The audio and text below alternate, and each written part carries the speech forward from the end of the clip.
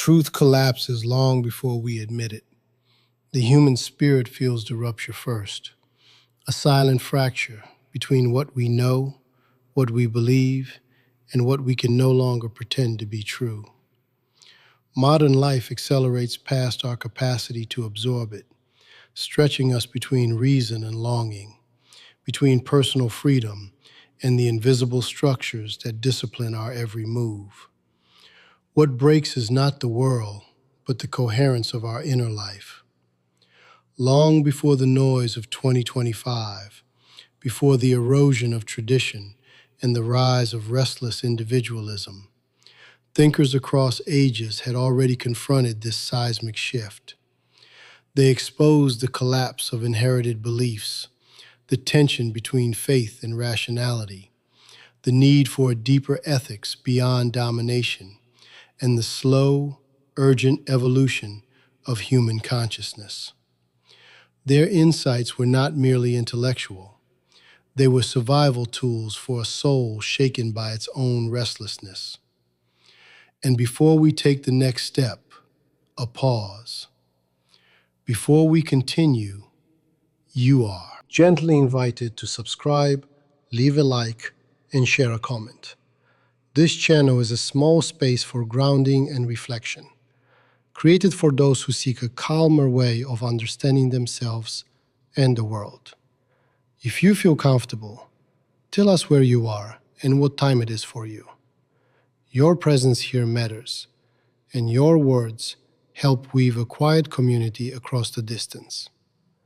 May what follows bring you ease, clarity, and a softer place to rest your thoughts. Now we return to the deeper fault line. This journey is not an escape from the world, but a descent into its core. We will confront the aftermath of collapsing belief systems, the moral weight of nonviolence, the transformative power of art and education, the possibility of a humane economy, the discipline of simple living, the mirror of death, the law of love, the awakening of consciousness, the quiet revolution of spiritual practice, and the enduring legacy of human self-transformation. Each chapter opens a new doorway into the tension between who we are and who we could become. And from this doorway, the body of the work begins, a 10-part exploration of the philosophical earthquake reshaping the modern soul. Humanity does not break when the world becomes chaotic. Humanity breaks when the inner world loses its orientation. The spiritual earthquake of our era is not measured in collapsing temples or abandoned doctrines, but in the quiet, devastating implosion occurring inside the modern soul. The symbols that once anchored human life no longer hold. The narratives that once protected us have dissolved. And beneath the fragments lies the unsettling realization that our old strategies for making sense of existence can no longer sustain the weight of consciousness. Something vast has shifted, and the human mind can no longer pretend otherwise. This collapse did not begin suddenly. It began the moment human beings learned to question the very structures that once guaranteed their meaning. For centuries, faith functioned as a shelter, a moral compass, a cosmic explanation. Religion provided coherence when the world felt hostile and unpredictable. Myths offered orientation. Rituals created identity. Even suffering felt purposeful because it was woven into a grand narrative. But the rise of science fractured this certainty, not because science disproved the sacred, but because it offered an alternative form of understanding that demanded different faculties of the mind.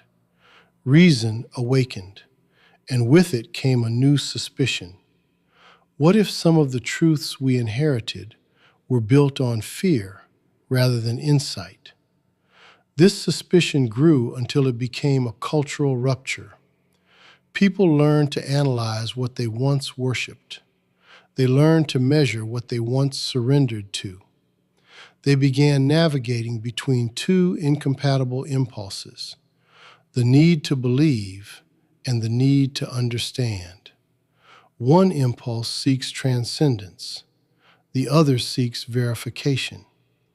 One anchors the imagination, the other disciplines it. Together they form a tension that defines the modern condition.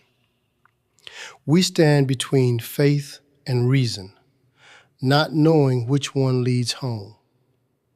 This tension intensifies because the human psyche has outgrown the simplicity of its former beliefs. The childlike faith of ancient civilizations cannot sustain the psychological complexity of the 20th century mind, nor the spiritual hunger of the emerging consciousness in the world of 2025. We reject organized religion, not because we have transcended the sacred, but because we can no longer accept spiritual authority without inner confirmation. We refuse doctrines that do not resonate with our lived experience. We question rituals that feel empty. This rejection is not atheism, it is evolution. It marks the shift from inherited spirituality to conscious spirituality. Yet rejection alone cannot fill the void.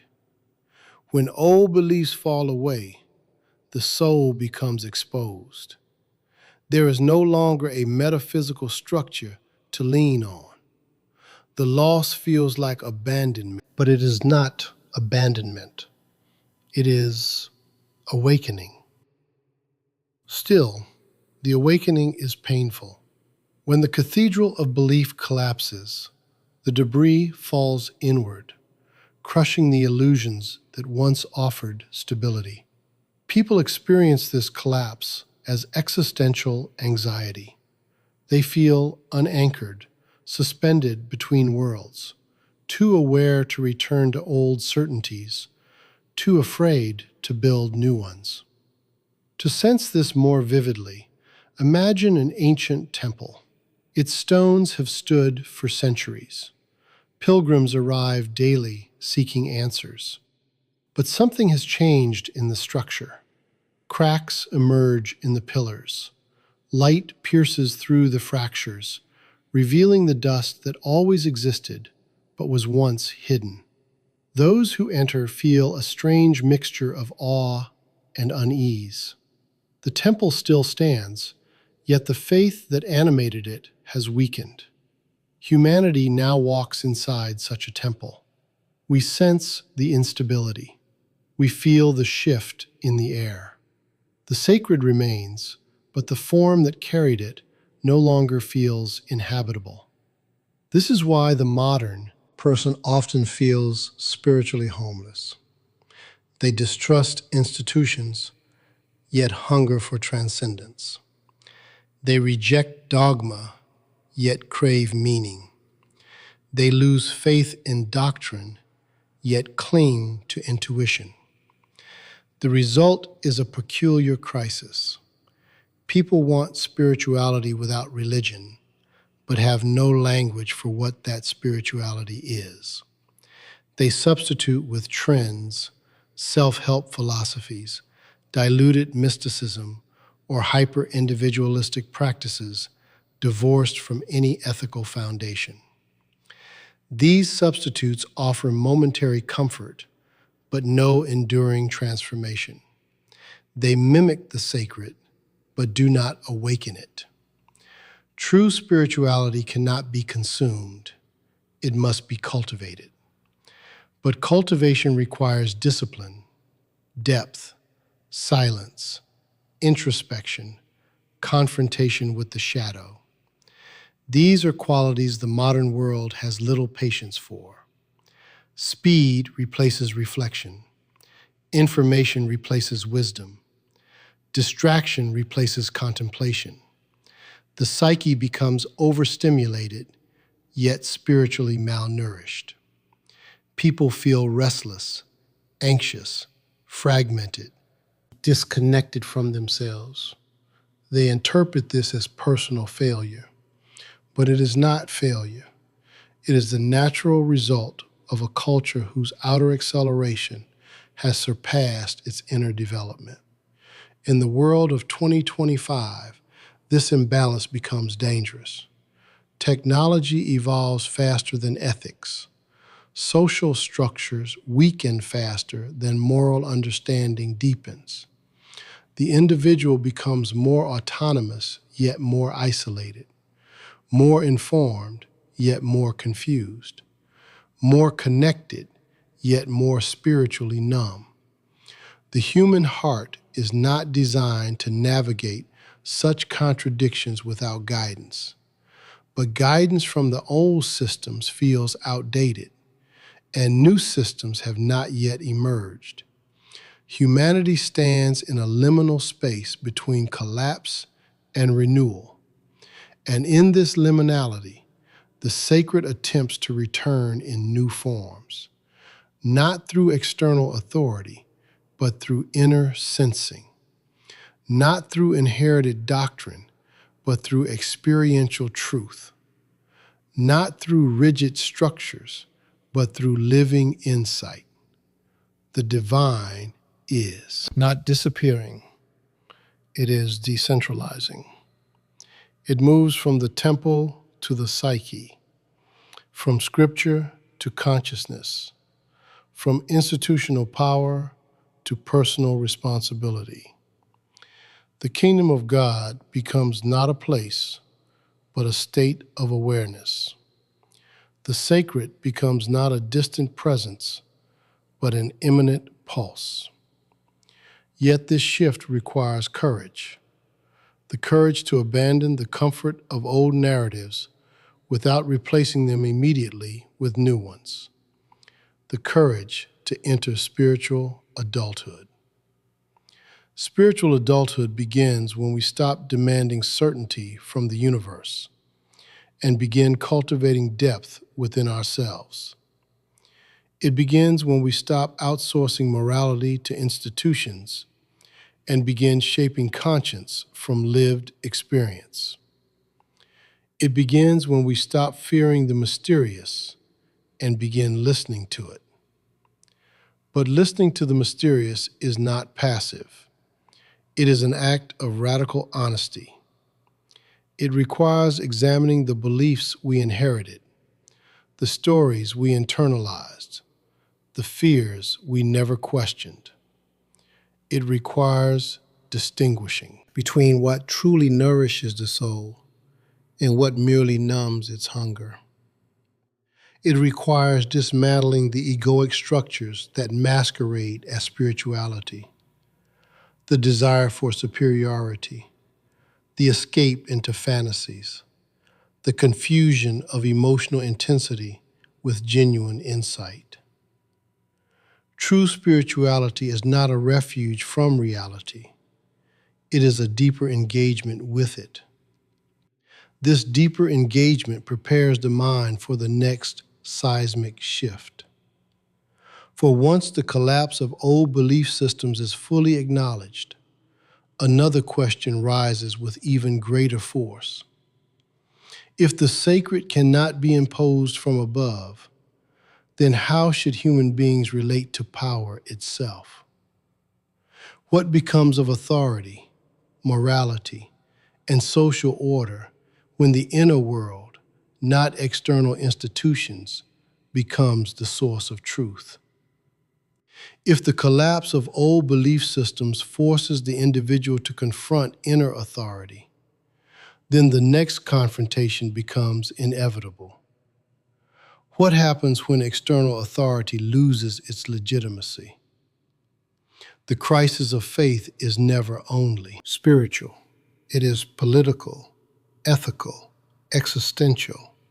When human beings stop believing that truth can be handed down from above, they begin questioning every structure built on the assumption that obedience is sacred.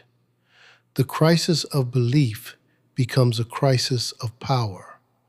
And once that crisis begins, the entire architecture of domination trembles. For centuries, violence has been disguised as order. Power has been disguised as protection. Submission has been disguised as virtue. People accepted coercion because they believed coercion came from a higher source, a divine ordinance, a moral necessity. But once the mind awakens to its own freedom, coercion appears for what it is: fear institutionalized. The philosophy of nonviolence arises not from weakness, but from clarity.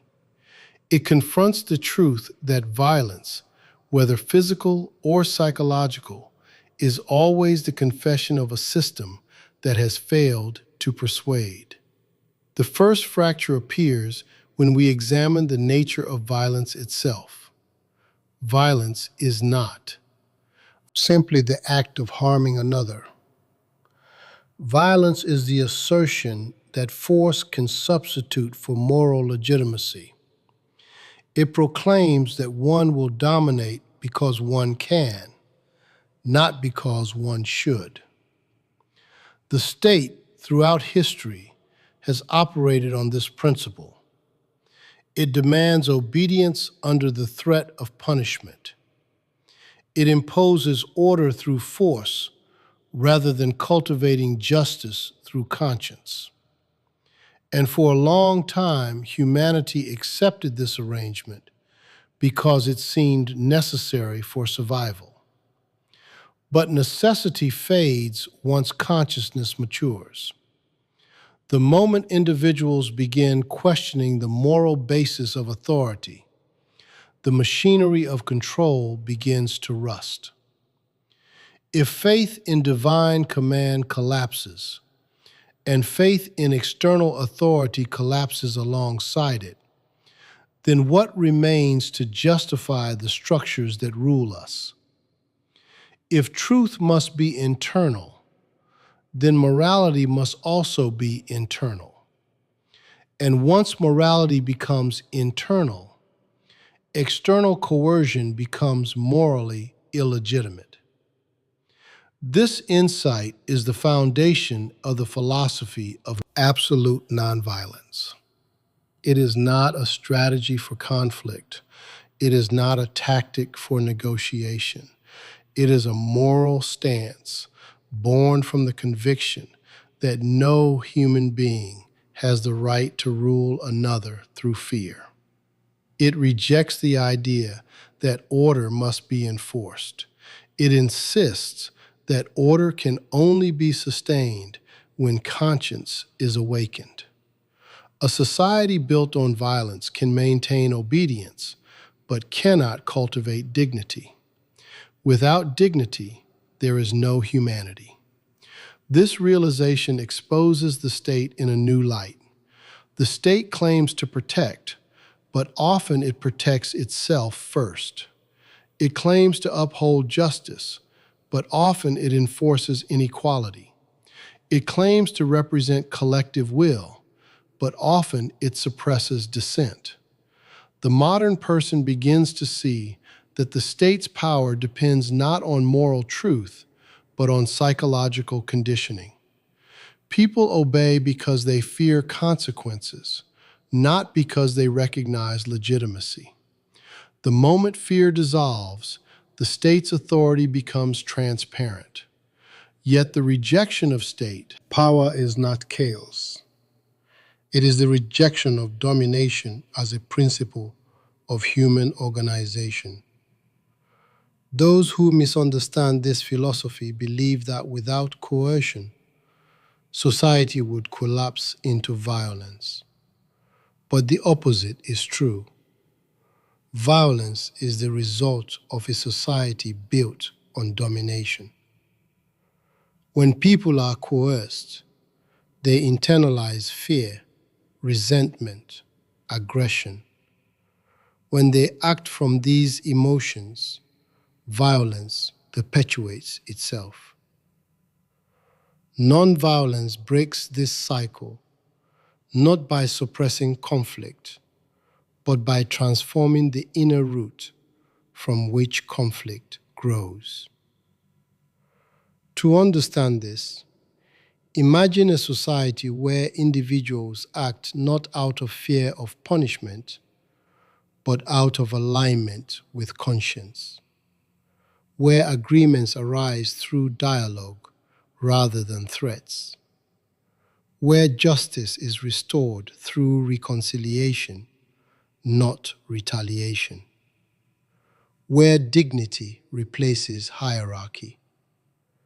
This is not idealism. It is psychological realism. Human beings behave ethically not when they are controlled, but when they feel seen, valued, and responsible. Domination destroys responsibility. Freedom awakens it. The second confrontation emerges when we examine how deeply domination is woven into the social fabric. Power structures do not only exist in governments, they exist in workplaces, in families, in relationships, in culture. People learn to accept hierarchy as natural, to equate obedience with goodness, to fear disapproval as much as punishment. They internalize the logic of authority until they no longer notice it. They police themselves. They silence themselves. They become agents of their own subjugation. Nonviolence shatters this internalization. It reveals that moral authority does not come from above, but from within. It reveals that the individual is not a subject of power, but a bearer of consciousness. This revelation terrifies systems built on domination, because a person who obeys conscience cannot be controlled through fear. A person who thinks morally becomes unpredictable to institutions that depend on conformity. State does not fear violence. It fears conscience. Violence can be crushed. Conscience cannot. Once this truth becomes clear, a new form of rebellion emerges. Not the rebellion of riots, weapons, or destruction, but the rebellion of refusal. The refusal to participate in systems that degrade human dignity. The refusal to accept fear as a governing principle. The refusal to harm in the name of order. This refusal is radical because it removes the state's most essential weapon, the willingness of people to obey. This form of rebellion is often misunderstood as passive, but refusal is not passive. It is the most active form of resistance possible because it undermines power at its foundation. Power persists only as long as people grant it legitimacy. When legitimacy vanishes, power dissolves. The rulers appear strong only because the ruled have forgotten their strength. The third confrontation arises when we ask what remains once coercive power is rejected. If not punishment, then what? If not rulers, then who? If not domination, then how? These questions reveal the deepest moral demand of this philosophy, the restoration of individual dignity. A society without coercion requires individuals who can govern themselves. It requires moral maturity. It requires the ability to act from freedom rather than fear. The burden shifts from authority to conscience. This shift is monumental. It means that every human being becomes responsible not only for their actions, but for the moral structure of society. It means that justice becomes participatory rather than imposed. It means that equality becomes the natural expression of shared dignity, rather than a concession granted by those in power. It means that freedom becomes a lived reality, rather than a political slogan. This transformation challenges every assumption of modern civilization. It challenges the belief that humans are naturally violent and must be controlled. It challenges the belief that order requires force. It challenges the belief that morality must be enforced externally. It challenges the belief that authority is a necessary condition for peace. And in doing so, it exposes the deeper truth. Violence persists because we have not yet learned how to honor human dignity. In the world of 2025, this lesson becomes urgent. Political polarization, economic inequality, social fragmentation, and technological manipulation reveal the limits of coercive power. Governments become more authoritarian precisely because they sense their legitimacy dissolving. Individuals become more anxious precisely because they feel morally detached from the systems that govern them. The crisis is not merely political, it is spiritual. Humanity must decide whether to continue living under structures built on domination or to construct new structures grounded in conscience. This decision becomes possible only when we understand the essence of nonviolence as moral clarity, not strategic restraint. Nonviolence demands that we see every human being as a bearer of dignity. It demands that we refuse to participate in structures that violate that dignity. It demands that we replace punishment with restoration, fear with understanding, control with cooperation. It demands that we honor life in all its forms. And once this ethical foundation is recognized, another question rises with growing force. If power must no longer control the human spirit, then what can guide its unfolding? What force can cultivate moral maturity without coercion? Where does the soul learn to grow once fear is removed from the equation? If coercive power can no longer guide the unfolding of the human spirit, then the question becomes unavoidable. What force remains capable of shaping the soul without violating its freedom? The answer comes from a realm older than politics, deeper than institutions, and more intimate than law. Art and education rise from the ruins of authority not as decoration or utility, as the profound mediums through which the human being becomes itself. They do not command, they reveal. They do not threaten, they awaken. They do not impose order, they summon meaning. Art appears first, not because it is an aesthetic luxury, but because it speaks the moral language the modern world has forgotten. Long before societies built their systems of control, human beings carved symbols into stone, sang into the air, painted stories onto cave walls. These gestures were not merely creative impulses.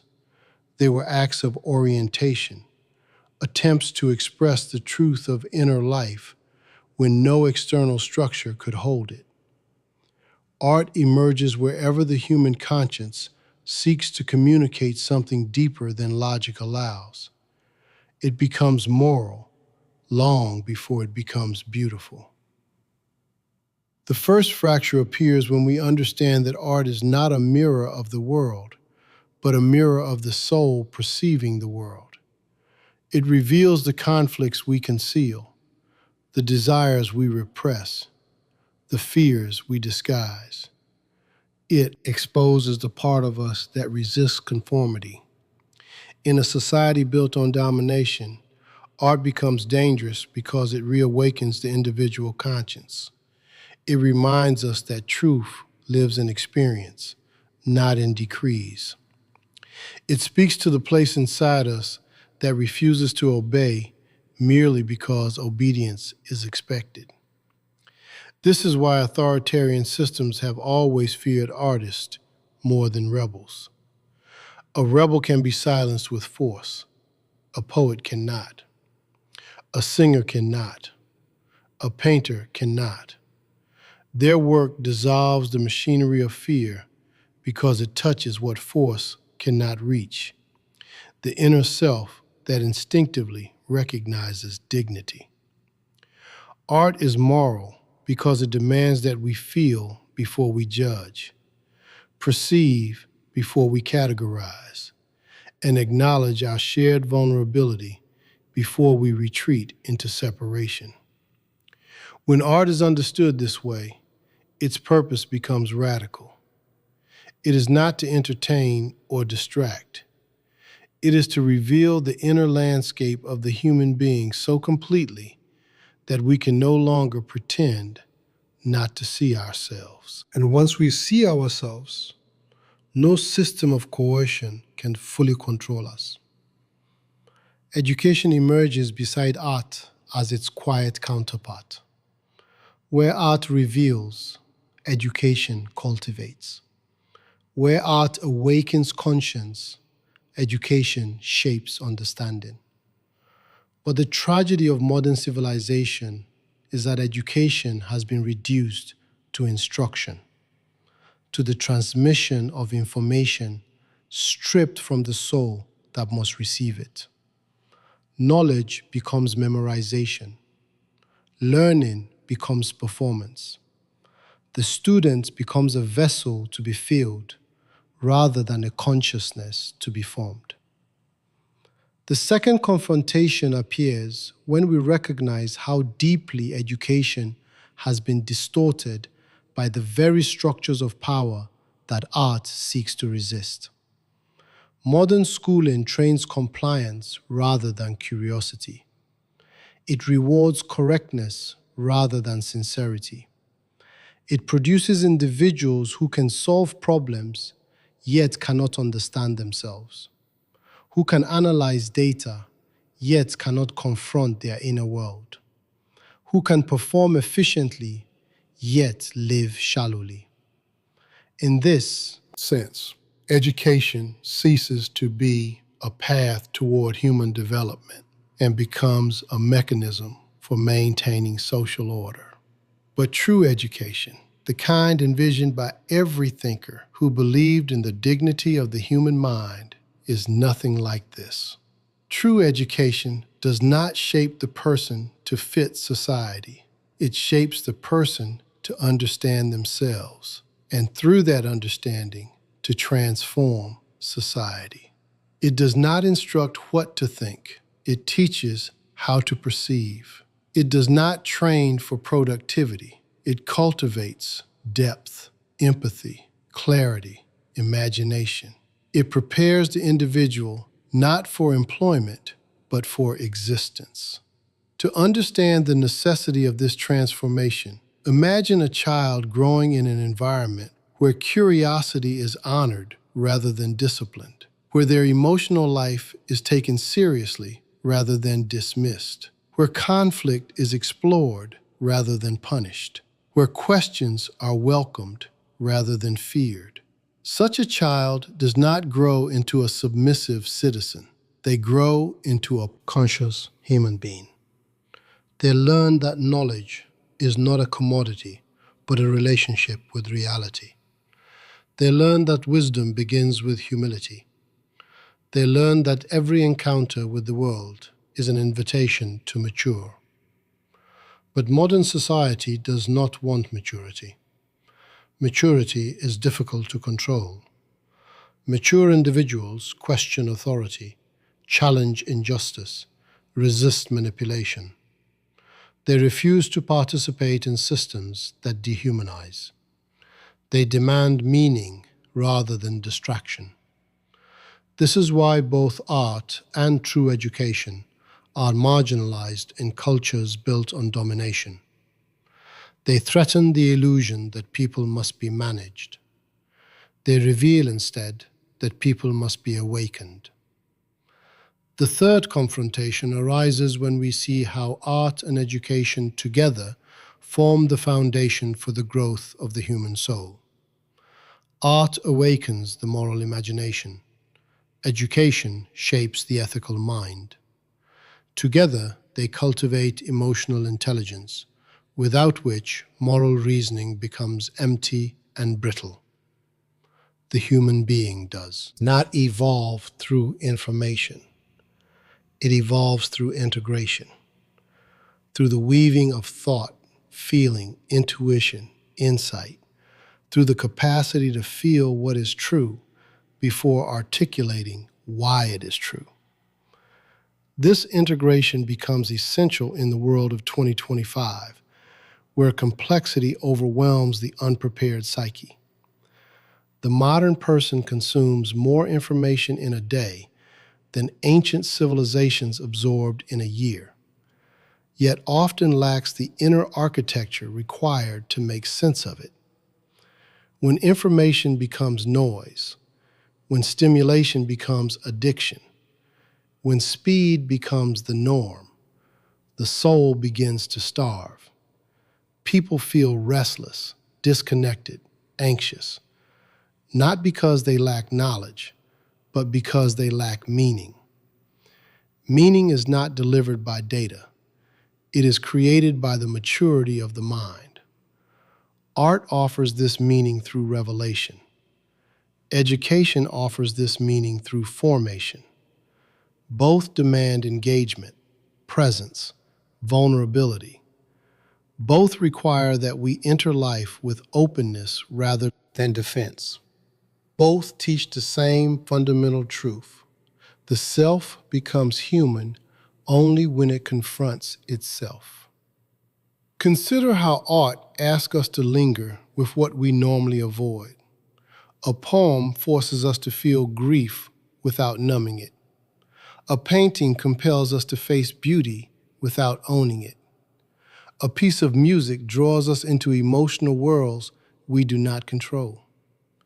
These experiences train the soul to tolerate depth, and depth is the condition for moral life.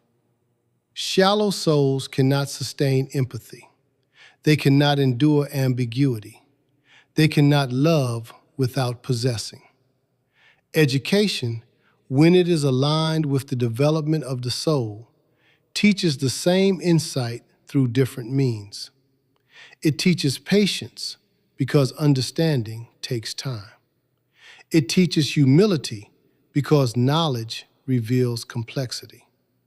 It teaches responsibility because awareness creates obligation. It teaches freedom because thinking for oneself requires courage. These are not academic virtues. They are existential virtues. The collapse of belief systems and the rejection of coercive authority place a new demand on humanity to cultivate individuals capable of guiding themselves. If art and education fail, society becomes spiritually brittle. It becomes vulnerable to manipulation, authoritarianism, nihilism, despair.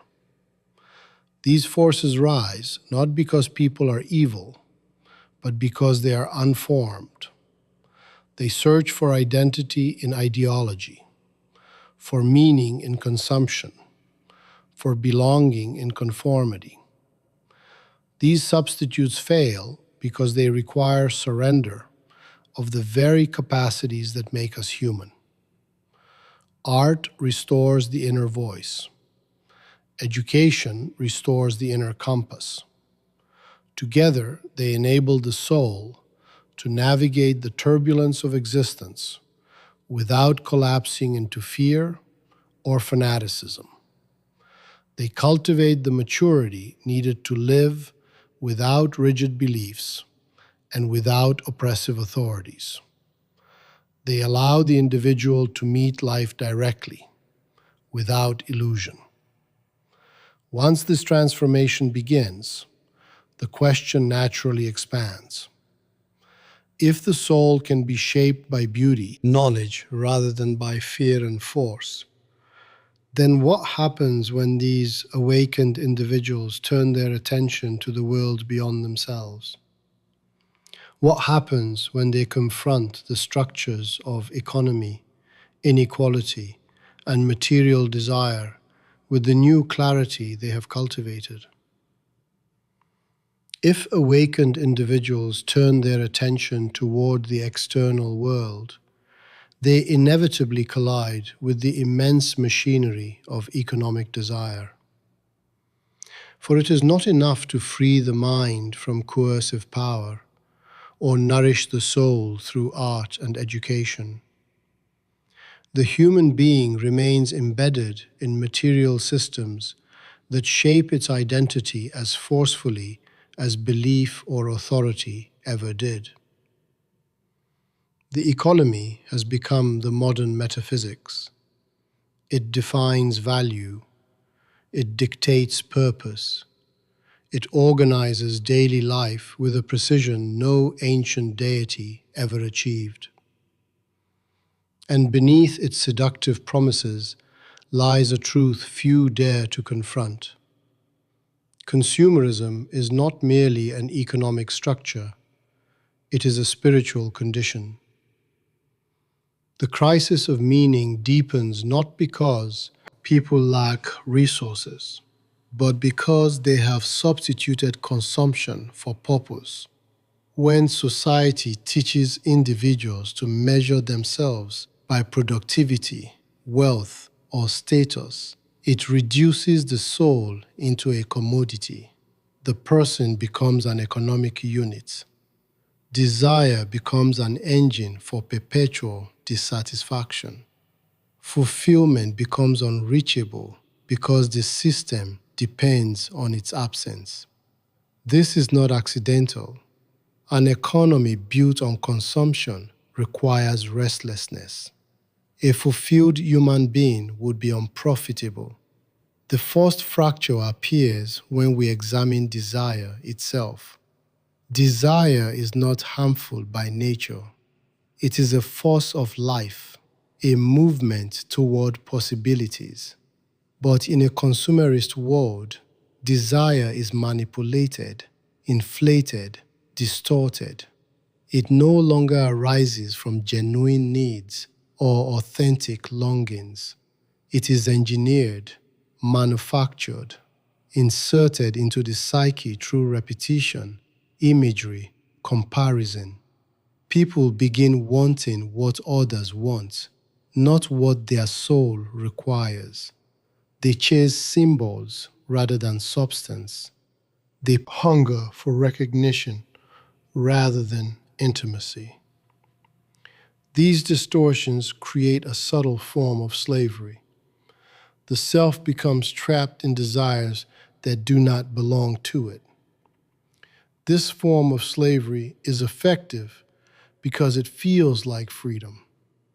Individuals believe they are choosing, deciding, buying, aspiring. They believe they are shaping their own lives, but they are responding to mechanisms designed to exploit the psyche's fragility. The tragedy is not that people desire too much. It is that they desire without insight. They flee from inner emptiness by filling their lives with possessions, experiences, and distractions. But emptiness cannot be filled through accumulation. It expands.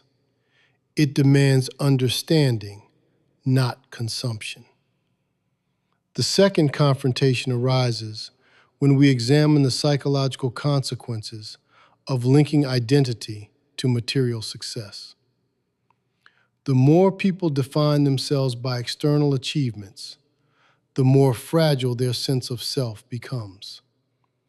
The slightest failure threatens their worth. Slightest comparison humiliates them. The slightest loss collapses their identity. Consumerism promises empowerment, but delivers insecurity.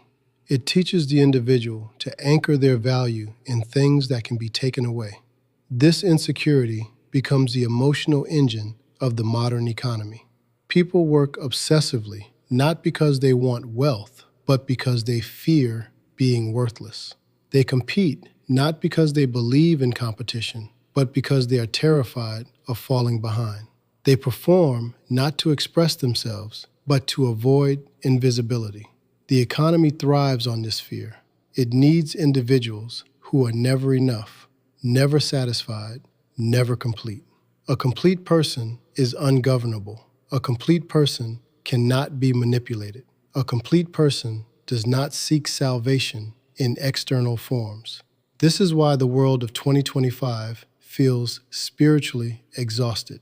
People have more opportunities, more mobility, more comforts than any previous generation. Yet they feel more depleted, more anxious, more disconnected. Luxury does not heal the wound of meaning.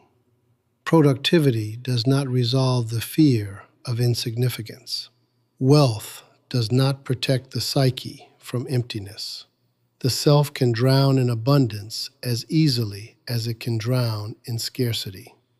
To understand this dynamic more clearly, imagine a traveler wandering through a marketplace filled with brilliant lights, intoxicating scents, endless offerings. Everywhere they turn, they are told this object will make them whole.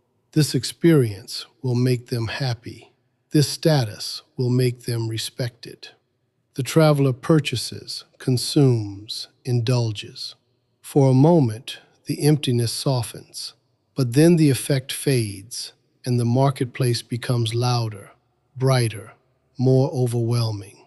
The traveler becomes trapped in a cycle of hunger and temporary satisfaction.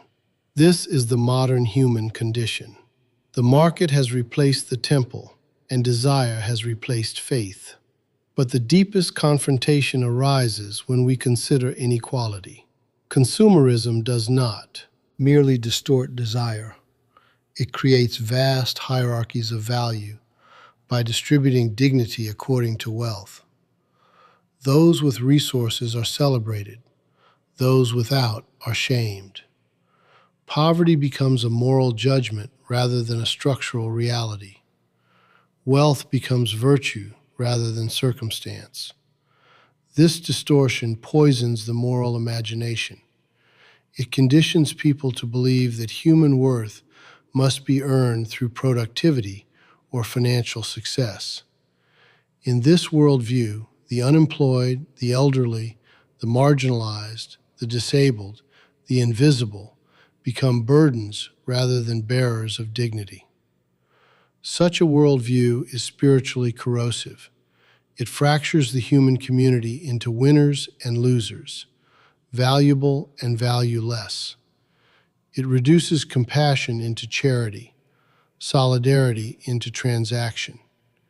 It teaches individuals to protect themselves rather than uplift each other.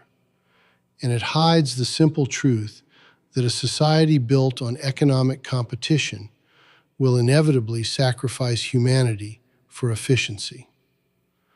Yet the seeds of transformation are hidden inside the crisis itself. When external structures become unbearable, consciousness expands to search for alternatives. The economic collapse of meaning forces individuals to rethink desire, identity, and belonging. Some begin simplifying their lives, seeking voluntary humility rather than competitive accumulation. Others rediscover forms of community no longer based on hierarchy, but on shared purpose. Still others begin questioning the moral basis of the world, where financial success is the highest marker of human value. This questioning opens a deeper spiritual door. For in truth, desire is not the enemy. The economy is not the enemy. Wealth is not the enemy. The enemy is unconsciousness. The enemy is using external structures to escape inner responsibility. When individuals awaken morally and spiritually, they no longer relate to the economy as passive consumers. They begin relating to it as agents of meaning. They choose based on values rather than impulses. They recognize manipulation and refuse it. They see inequality and resist contributing to it. They understand their own desire not as something to obey, but as something to examine. A transformed individual transforms the way the economy functions. A conscious consumer undermines the entire psychological mechanism of manipulation. A person who knows what they truly need can no longer be seduced by artificial longing. A person whose dignity is internal cannot be humiliated by social comparison. A person who is not ashamed of being human cannot be controlled by scarcity propaganda. The economy loses its power when the psyche reclaims its autonomy. But reclaiming autonomy is not a purely intellectual act. It requires a fundamental emotional and spiritual shift, the acceptance of limits. Modern civilization worships the idea of limitless growth, limitless productivity, limitless acquisition. Yet the psyche has limits. The body has limits. The earth has limits. When we deny these limits, we create suffering.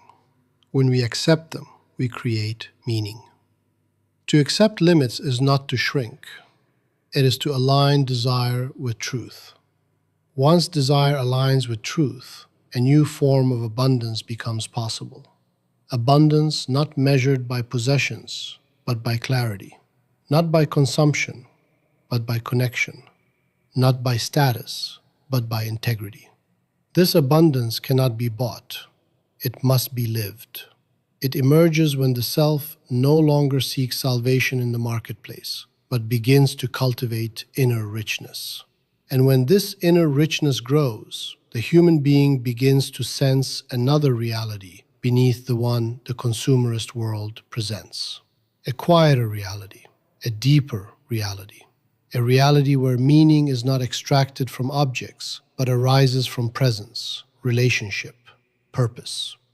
This reality reveals itself only when the noise of economic desire finally loosens its grip.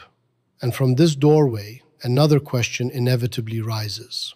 If the collapse of material illusions forces the soul inward, then what happens? When the soul confronts the darker elements within itself, the forces that neither economy, nor authority, nor belief can fully conceal. If the collapse of material illusions forces the soul inward, then the next confrontation cannot be avoided. The self must finally face its own shadow, the darker elements that no economic system, no political ideology, no spiritual narrative can fully conceal. For beneath the surface of our desires and fears lies a realm that shapes us far more profoundly than any external force. The subconscious, the silent architect of our behavior, the hidden chamber where ancient instincts, forgotten traumas, and unexamined motives converge. To understand the human condition, one must enter this chamber without flinching.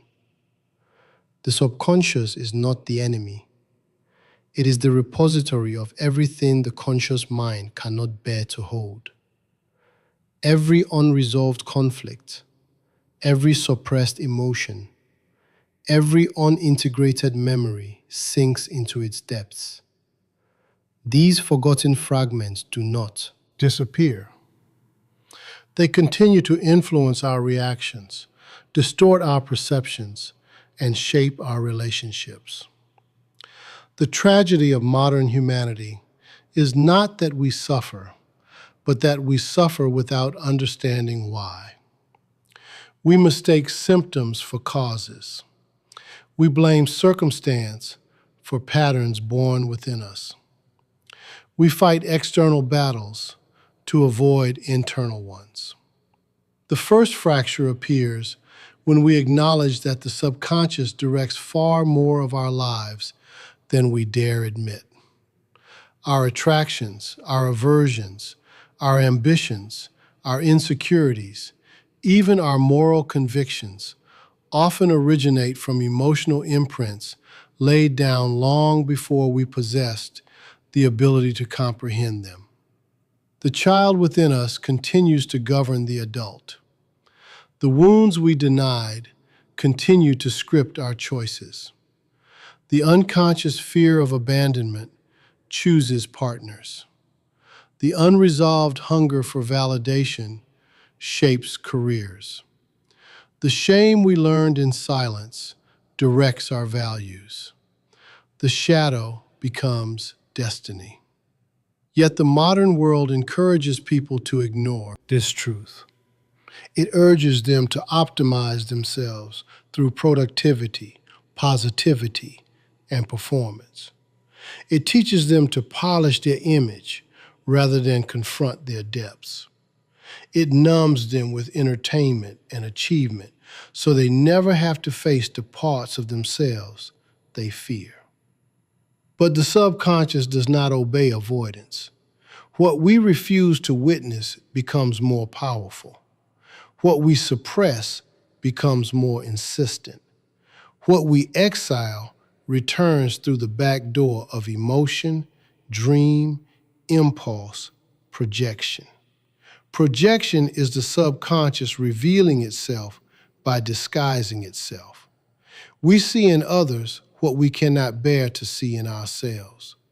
We accuse others of selfishness while denying our own hidden hunger.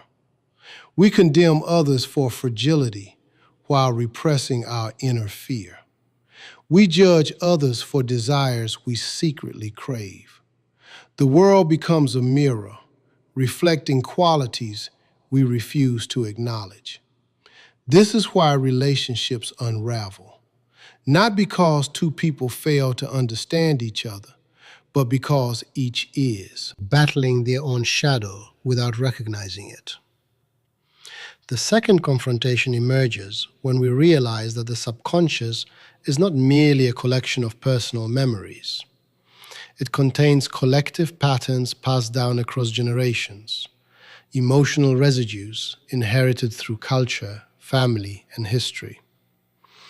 The psyche carries wounds older than the individual. Shame, fear, aggression, longing, the instinct for belonging, the instinct for dominance, the instinct for survival. These impulses shape human behavior silently, guiding reactions before thought can intervene. In the world of 2025, these impulses become amplified by constant stimulation.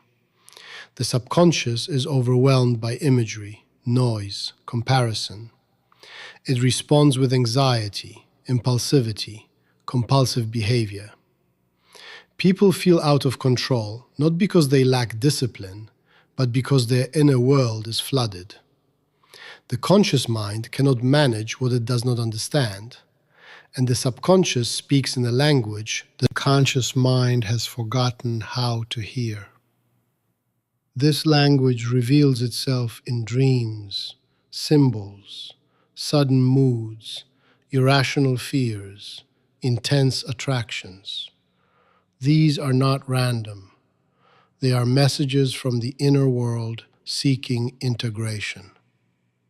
But of all the subconscious forces, emotion is the most immediate and the most misunderstood. Emotion is not irrational chaos. It is information. It tells us what we value, what we fear, what we avoid, what we desire. Emotion reveals truths the intellect cannot reach. But without emotional maturity, emotion becomes destructive. It becomes rage rather than clarity, panic rather than insight, addiction rather than intimacy. Emotional maturity requires the willingness to confront one's inner storms without collapsing into them. It requires learning to feel without being consumed, to witness without repressing, to understand without judging. Most people are terrified of this process. They fear that facing their shadow will destroy them.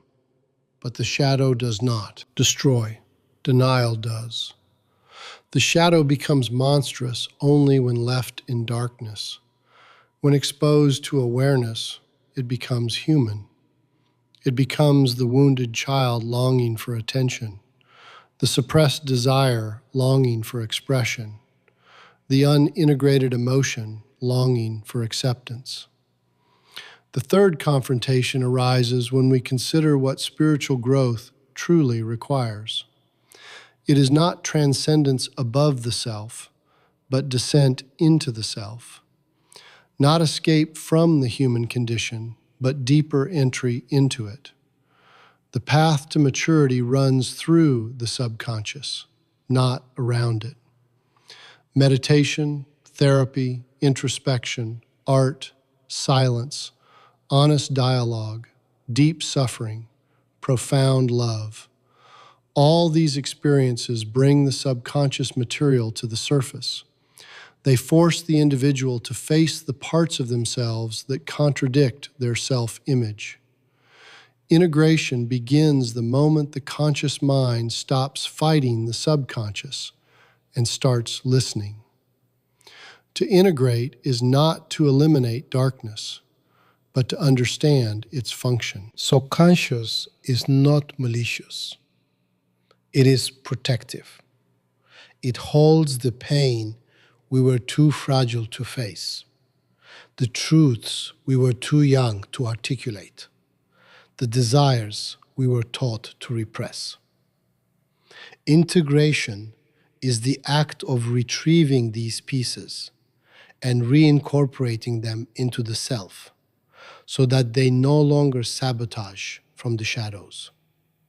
Imagine an individual entering a dark interior space where forgotten memories and suppressed emotions whisper from every corner.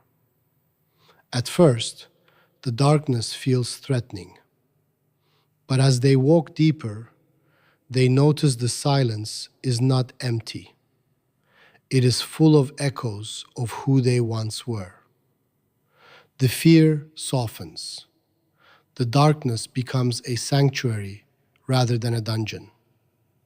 They begin to understand that the shadow is not the enemy of the soul, but its archive. And only those willing to open that archive can truly awaken.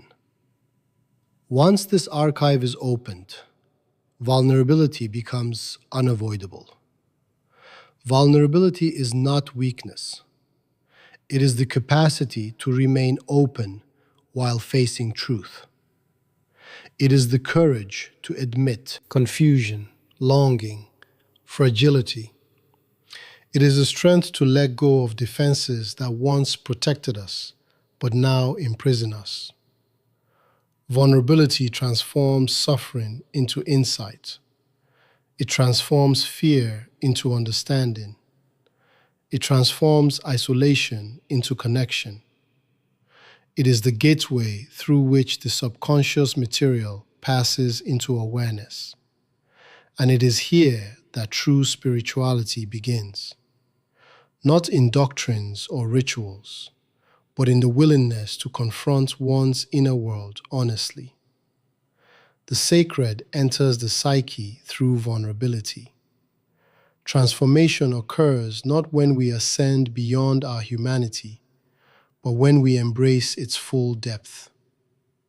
Once we see the shadow clearly, compassion arises, not sentimentality, but the deep recognition that every human being carries an inner world of invisible battles.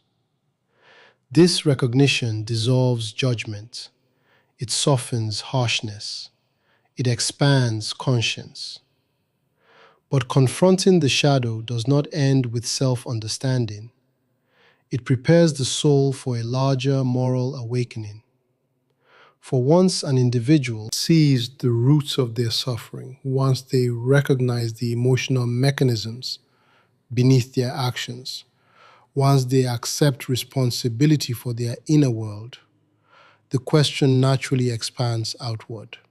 What is the ethical structure that can guide a transformed individual through the larger world?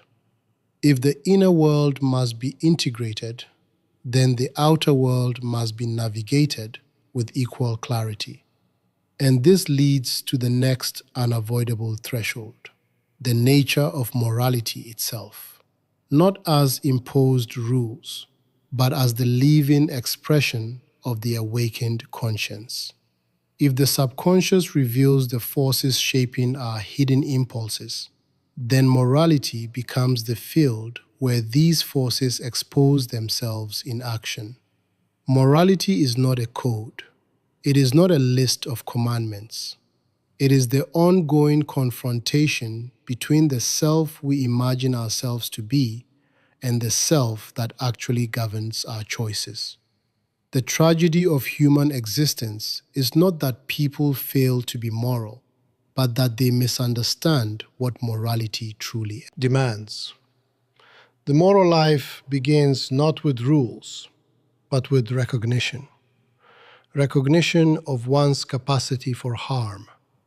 Recognition of one's responsibility for that harm.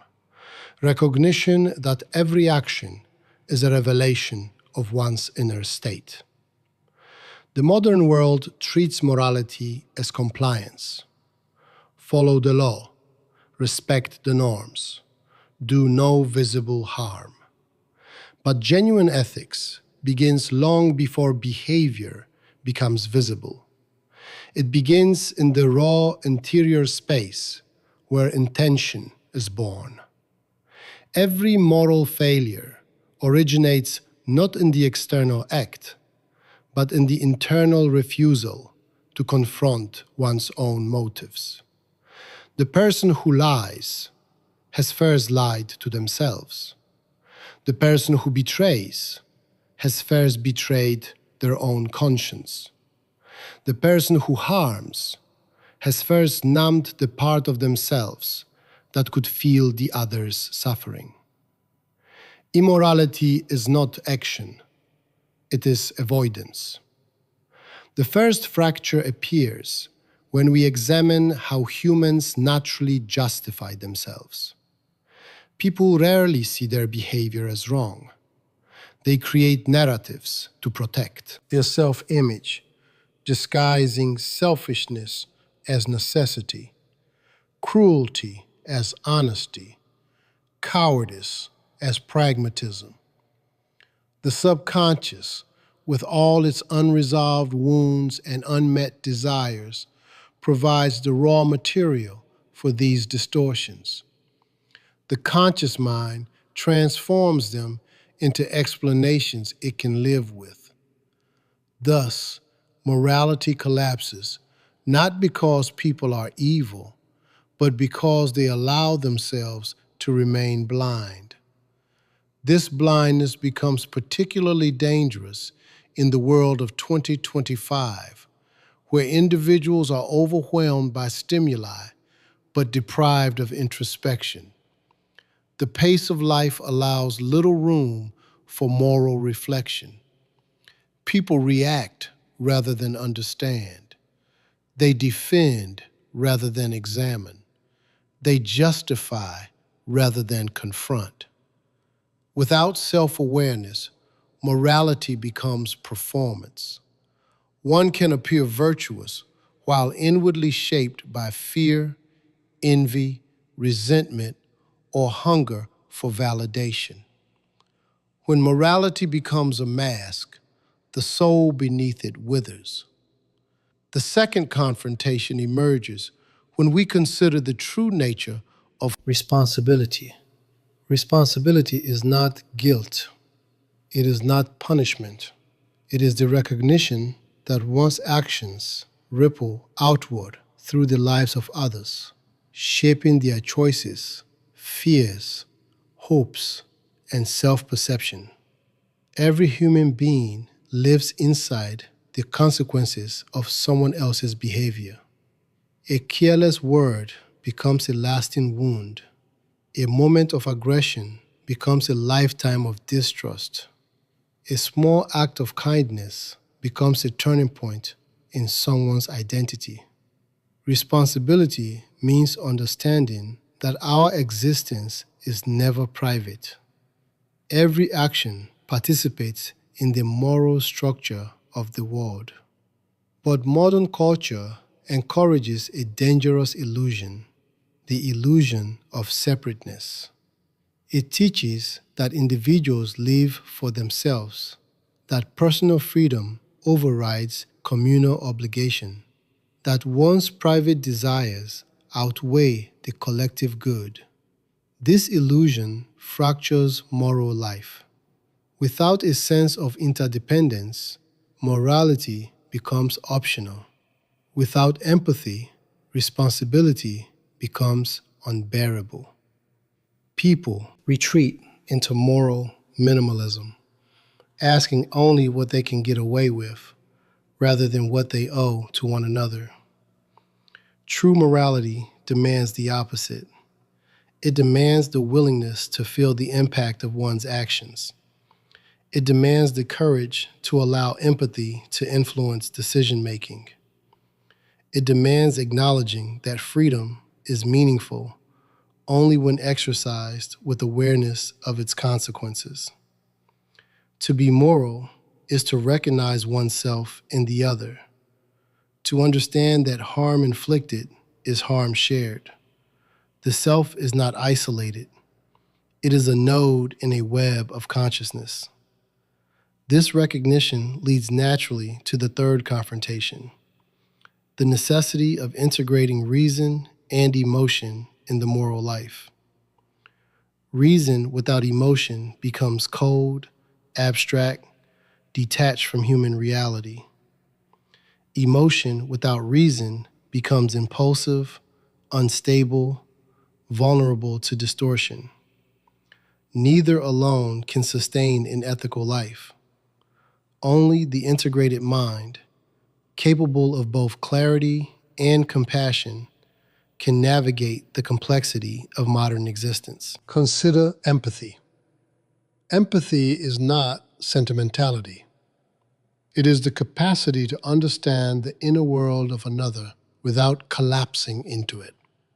It requires strength, not softness. It requires boundaries, not sacrifice. Empathy allows us to perceive the humanity of others even when they are difficult, fearful, or flawed. Without empathy, morality becomes rule enforcement. With empathy, morality becomes relational. Now consider reason. Reason provides the structure that emotion alone cannot. It allows us to discern patterns of behavior, evaluate consequences, resist manipulation, and act intentionally rather than reactively. Reason is not an enemy of emotion. It is its necessary partner.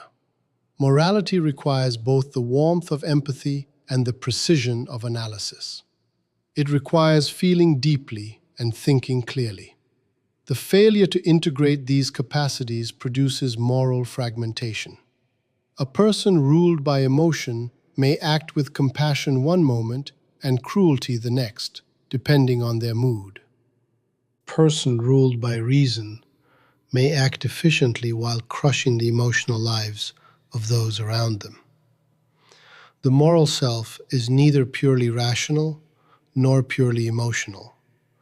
It is the capacity to hold both without drowning in either.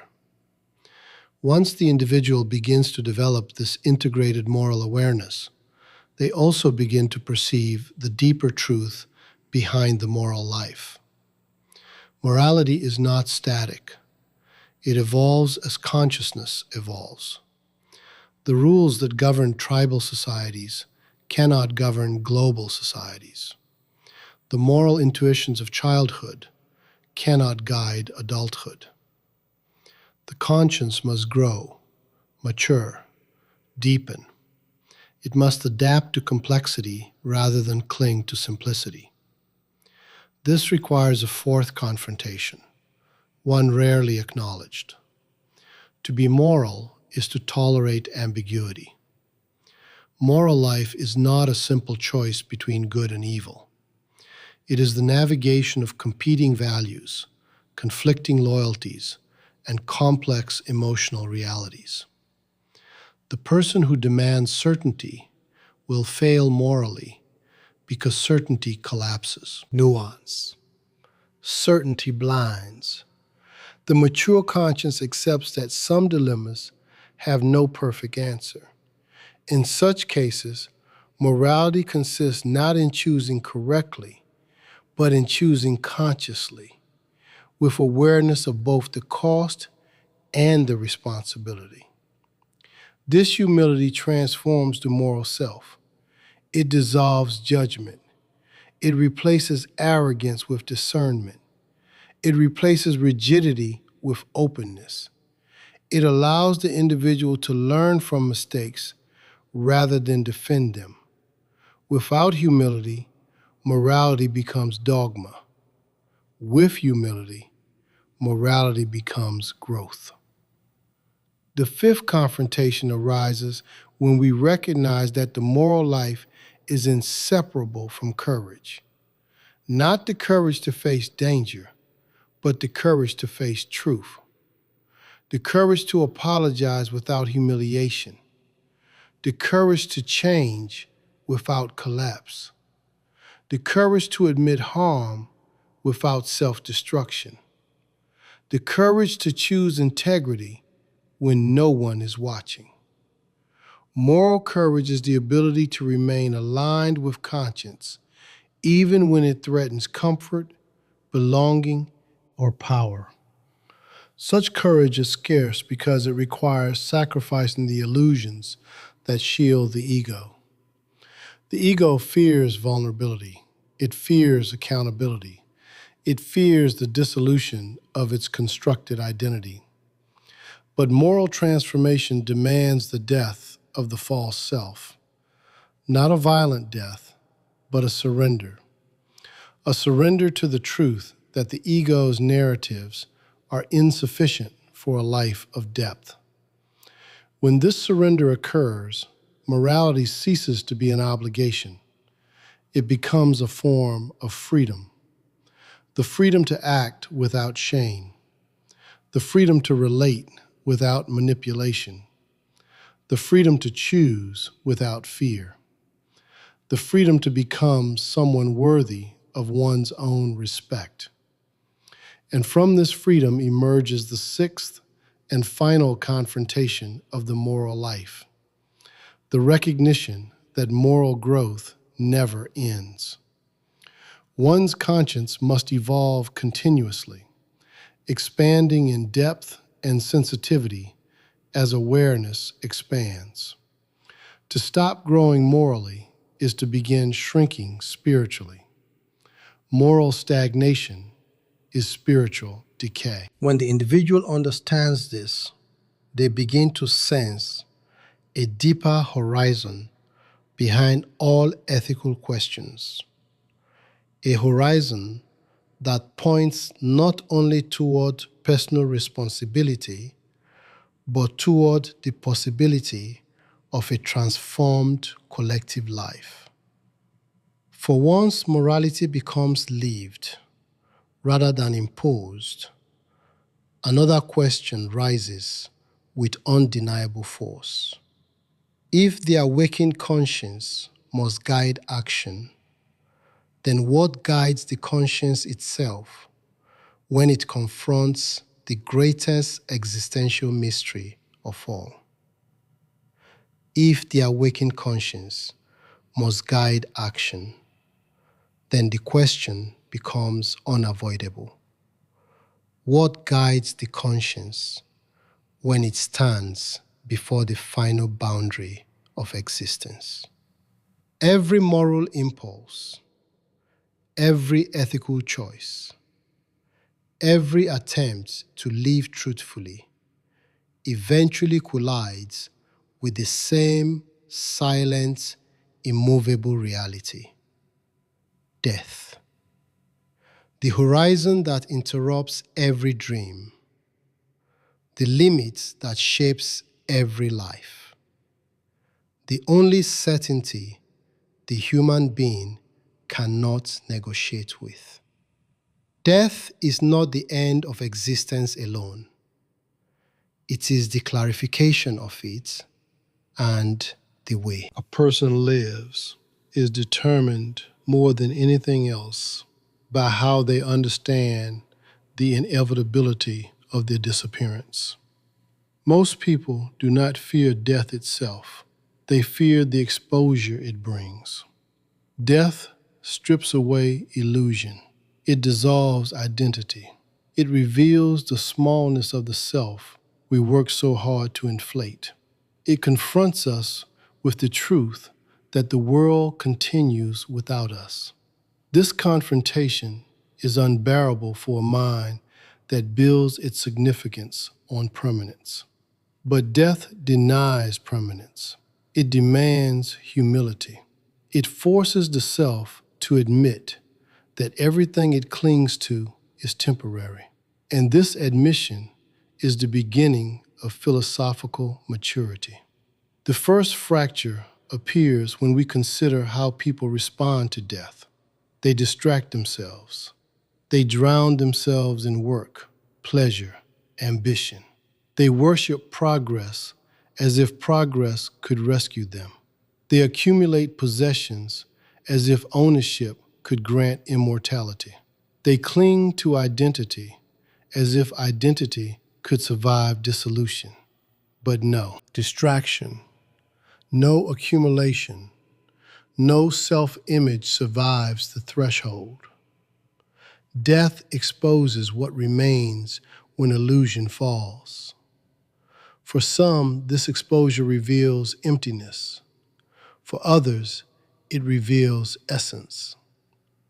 The fear of death is not universal.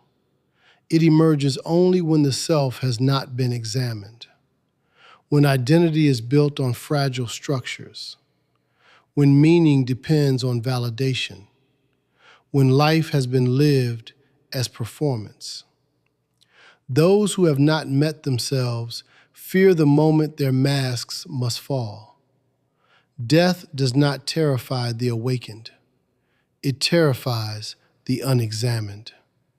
It terrifies the person who has postponed their inner work. For death interrupts the possibility of becoming. It steals the future from those who expected to hide in it. The second confrontation arises when we recognize the psychological consequence of denying death. A society that cannot face mortality becomes spiritually unstable. It clings to fantasies of control. It worships youth. It hides aging. It medicalizes decline. It treats death as failure rather than fate. The emotional result is a collective neurosis. People do not live. They postpone living. They delay presence. They avoid risk. They fear depth, intimacy, and vulnerability because these require acknowledging that life is finite. When death is denied, life becomes shallow. But when death is accepted, life deepens. Acceptance does not mean resignation. It means clarity. It means recognizing that time is not a resource, but a condition. It means understanding that every choice has weight because choices cannot be undone. It means refusing superficiality because superficiality wastes what cannot be replenished. Acceptance of death sharpens the senses. It intensifies gratitude. It clears illusions. It awakens the desire to live authentically rather than conveniently. Consider the individual who suddenly confronts their mortality. A diagnosis, an accident, the loss of someone close.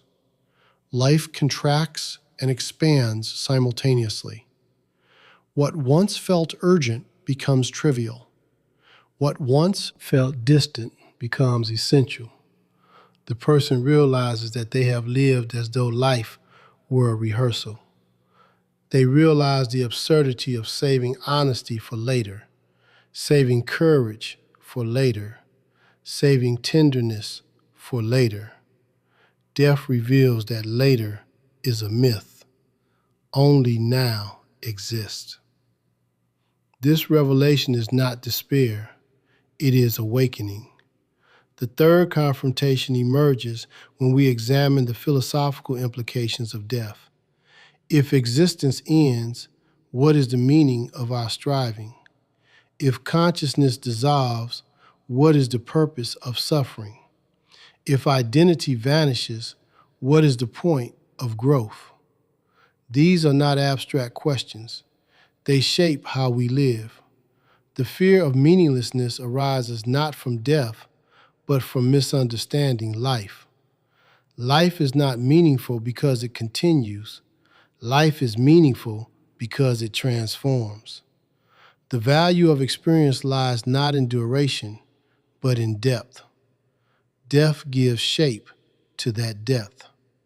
Without death, time would lose significance.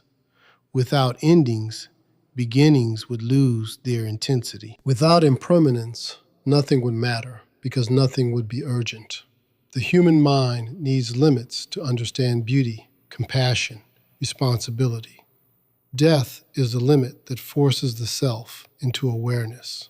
It is the absolute boundary that makes the inner world visible. It asks a single question and repeats it endlessly.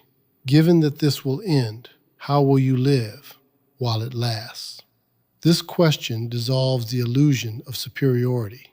Death levels hierarchy. It reduces kings and beggars to the same horizon. It forces the ego to acknowledge its insignificance. But insignificance is not humiliation. It is liberation. It frees the self from the impossible task of proving its worth through achievement. It frees the self from the anxiety of comparison. It frees the self from the delusion that life must justify itself through success. When freed from these burdens, the self can finally begin to live without pretense. But the deeper transformation occurs when death is no longer seen as the antithesis of life, but as its companion. Death walks beside us from the beginning. It shapes every choice by limiting its duration. It intensifies every moment by threatening its repetition. It deepens every relationship by reminding us that we do not possess each other. When understood this way, death becomes not an enemy, but a mirror. It reflects the truth that love has value precisely because it is fragile, that presence matters precisely because it cannot be stored. This realization prepares the mind for another insight. The fear of death is, at its core, the fear of not having lived. People fear dying not because they will cease, but because they suspect they have not fully existed. They fear the unlived life more than the end of life. This is why regret is the most painful companion of the dying. Regret is the shadow of avoidance. Regret is the final judgment rendered not by God or society, but by one's own conscience. Death offers only one form of punishment, the awareness that one has not honored one's own potential. To avoid this fate, the individual must confront the meaning of existence while still alive, not through abstraction, but through presence, not through belief, but through experience. Meaning is not a treasure buried in the universe waiting to be discovered. It is something the individual creates through attention, courage, and connection. Those who live meaningfully are not those who find cosmic answers, but those who live with integrity despite cosmic silence. The fourth confrontation arises when the soul considers what remains after the self dissolves. Whether consciousness continues, transforms, or ends entirely is beyond the reach of reason. But the philosophical question is not what happens after death. It is what death reveals about life. If the self is temporary, then clinging is futile. If identity is constructed, then reinvention is possible. If time is finite, then urgency is sacred. Death transforms the metaphysics of existence by stripping away everything that distracts from essence. This stripping away is devastating only for those who resist it. For those who accept it, death becomes the great purifier. It burns through false priorities. It dismantles illusions of control. It exposes the superficial and illuminates the profound. It clarifies what can be changed and what must be surrendered. It calls the self into alignment with truth.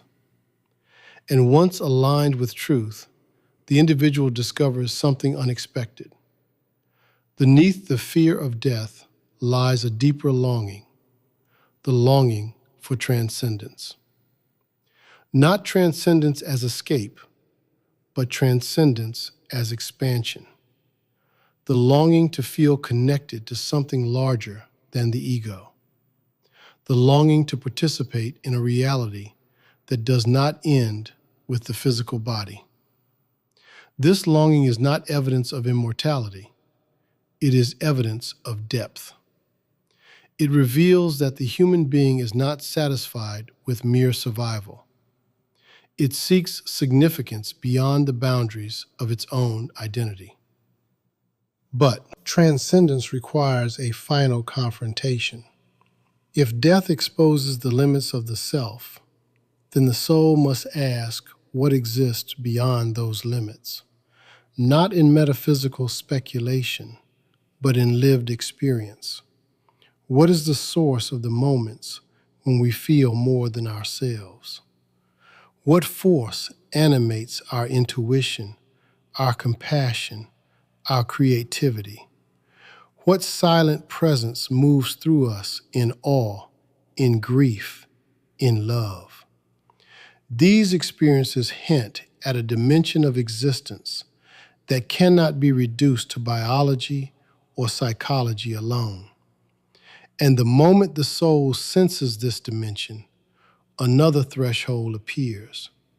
For once the individual understands death, they must confront the mystery that stands beyond it, the mystery that has been silently shaping their inner life from the beginning. If understanding death forces the self to confront the limits of existence, then the next movement of consciousness is inevitable.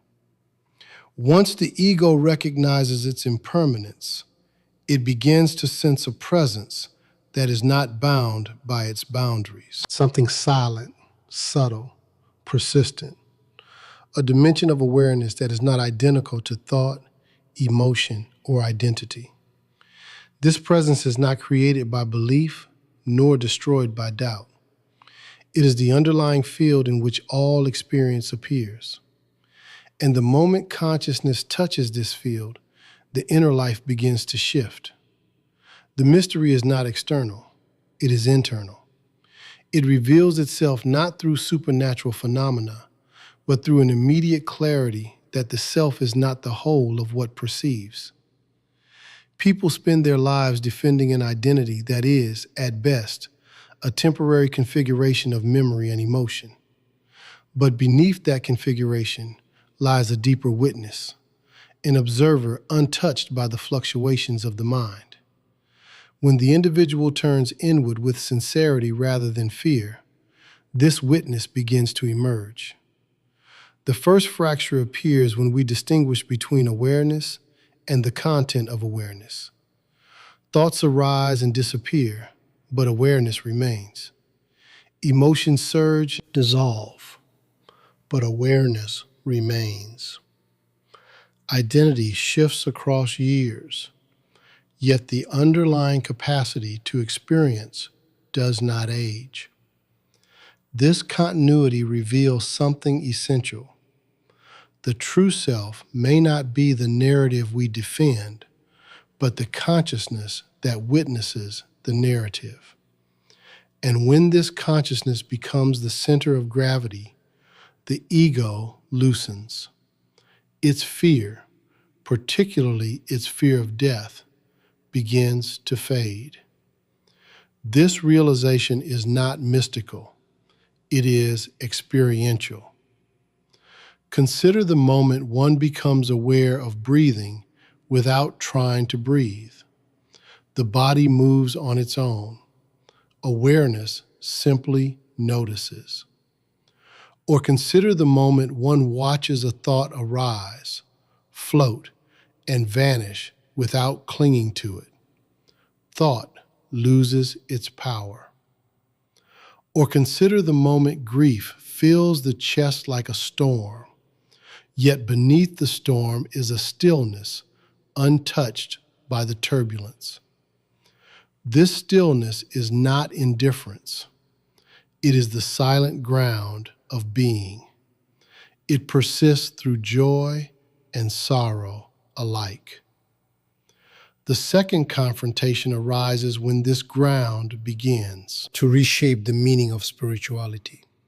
Spirituality has long been associated with belief in external gods, rituals, doctrines, metaphysical systems. But genuine spirituality begins with the recognition that the divine is not a distant entity, but a quality of consciousness. It is not worship, but awakening. It is not obedience, but perception. The sacred is not something one must reach. It is something one must uncover beneath layers of fear, conditioning, and self-deception. This reorientation terrifies institutions built on external authority. If the sacred is within, then no priest, doctrine, or tradition can claim exclusive access to it. If awareness is the witness, then the true temple is the human mind itself. And if the mind is the temple, then spiritual maturity requires inner discipline, not ritual compliance. It demands that individuals confront the truth of their experience rather than rely on inherited explanations. It demands integrity rather than conformity. In the world of 2025, this shift becomes urgent. People are abandoning traditional belief systems not because they reject the sacred, but because they can no longer locate the sacred within those systems. They seek direct experience. They seek authenticity. They seek meaning grounded in awareness rather than imposed from authority. The rise of mindfulness, introspection, meditation, somatic practices, creative rituals, and existential inquiry reflects this transition. Humanity is not losing its spiritual impulse, it is reclaiming it. The third confrontation emerges when we ask what this inner awakening demands of the individual. Awareness alone is not transformation. Seeing truth is not the same as embodying it. The ego does not disappear simply because one recognizes it as a construct. The subconscious does not dissolve simply because one has glimpsed stillness beneath it. Spiritual awakening is not a single event, but an ongoing process of integration, purification, and surrender. Integration requires that one bring awareness into every dimension of life, not only in meditation, but in conflict, desire, work, relationship. It requires observing the mind's reactions without collapsing into them. It requires recognizing when fear masquerades as logic, when ego disguises itself as morality, when attachment disguises itself as love. Awareness must penetrate the daily fabric of existence to become real. Purification does not mean rejecting desire or emotion. It means refining them. It means removing the distortion of fear from love, the distortion of insecurity from ambition, the distortion of pride from purpose. It demands honesty fierce enough to confront one's own motives and gentle enough to forgive them.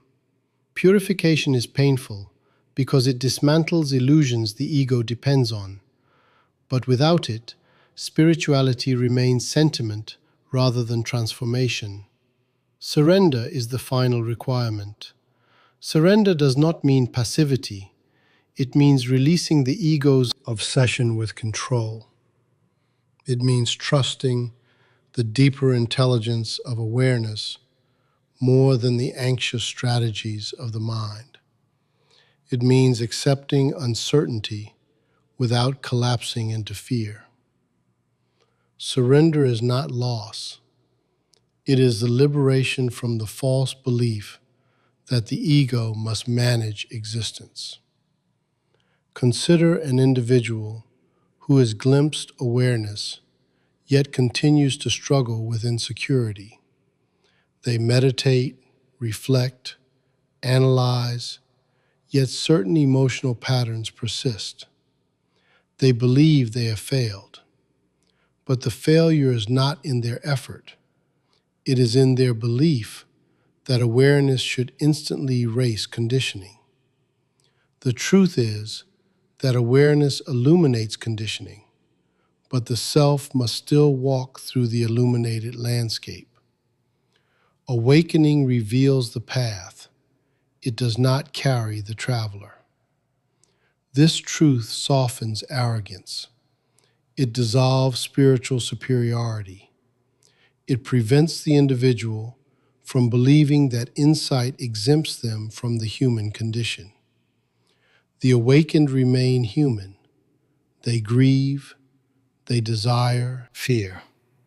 The difference is not their emotional landscape, but the way they navigate it. They do not identify with every thought. They do not drown in every feeling. They do not build identity around every wound. Awareness becomes a compass, not a destination. Once this inner orientation becomes stable, spirituality begins to express itself outwardly.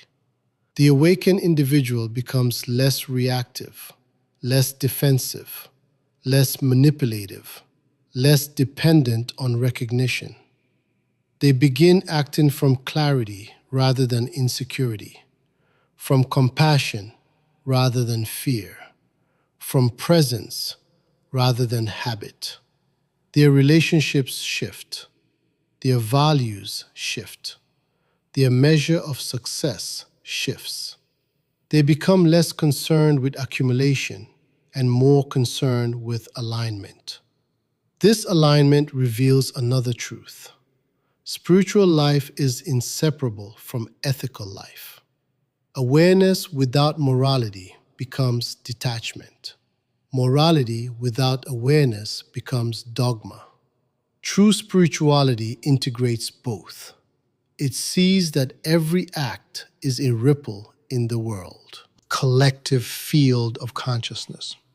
It understands that harm to another is harm to oneself, because all minds participate in the same human fabric. Spiritual maturity is not escape from the world, but deeper engagement with it. The fourth confrontation arises when we consider the nature of transcendence. Transcendence is not departure from the human condition. It is expansion within it. It is the capacity to hold multiple layers of reality at once, to feel grief and gratitude simultaneously, to experience fear without obeying it, to live fully in the physical world while sensing the subtle one beneath it.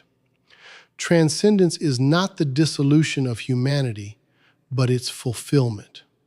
From this vantage, death no longer appears as annihilation, but as transition.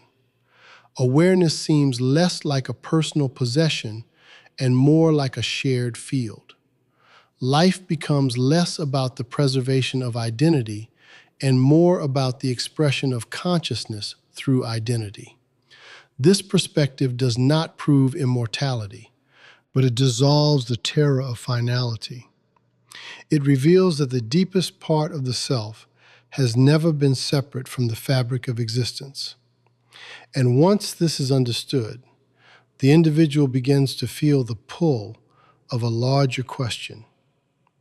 If awareness is the silent foundation beneath thought, emotion, and identity, then what shapes awareness itself? What force draws human beings toward beauty, truth, compassion, and meaning? What inner current moves through us like gravity, shaping our moral and existential orientation? If awareness is a silent foundation beneath thought, emotion, and identity, then the question becomes unavoidable. What force shapes awareness itself? Something moves through the human psyche that is neither instinct nor logic. Something draws us toward beauty without calculation, toward compassion without reward, toward truth without certainty. Something within us reaches beyond survival, beyond desire, beyond ego. This inner current has been called many names throughout history, but none capture its essence completely. It is not belief, it is not doctrine, it is not superstition. It is orientation, the natural movement of the soul toward what feels fundamentally real. This orientation reveals itself most clearly through intuition. Intuition is not irrationality. It is a form of perception that precedes thought. It is the quiet recognition of patterns before the intellect organizes them. It is the subtle knowing that arrives without argument. Intuition is what remains after the noise of the mind grows silent. It emerges when awareness becomes receptive rather than aggressive. Most people experience intuition only in fleeting moments because they have spent their lives drowning it in thought. Yet intuition operates constantly, shaping decisions, perceptions, relationships, and meaning beneath the surface of consciousness. The first fracture appears when we recognize that intuition cannot be controlled. It cannot be summoned on command. It cannot be manufactured by effort. It arises spontaneously from the depths of the psyche. And because the psyche is larger than the ego, intuition often feels like something other than oneself speaking. In truth, it is not other. It is the self unmasked.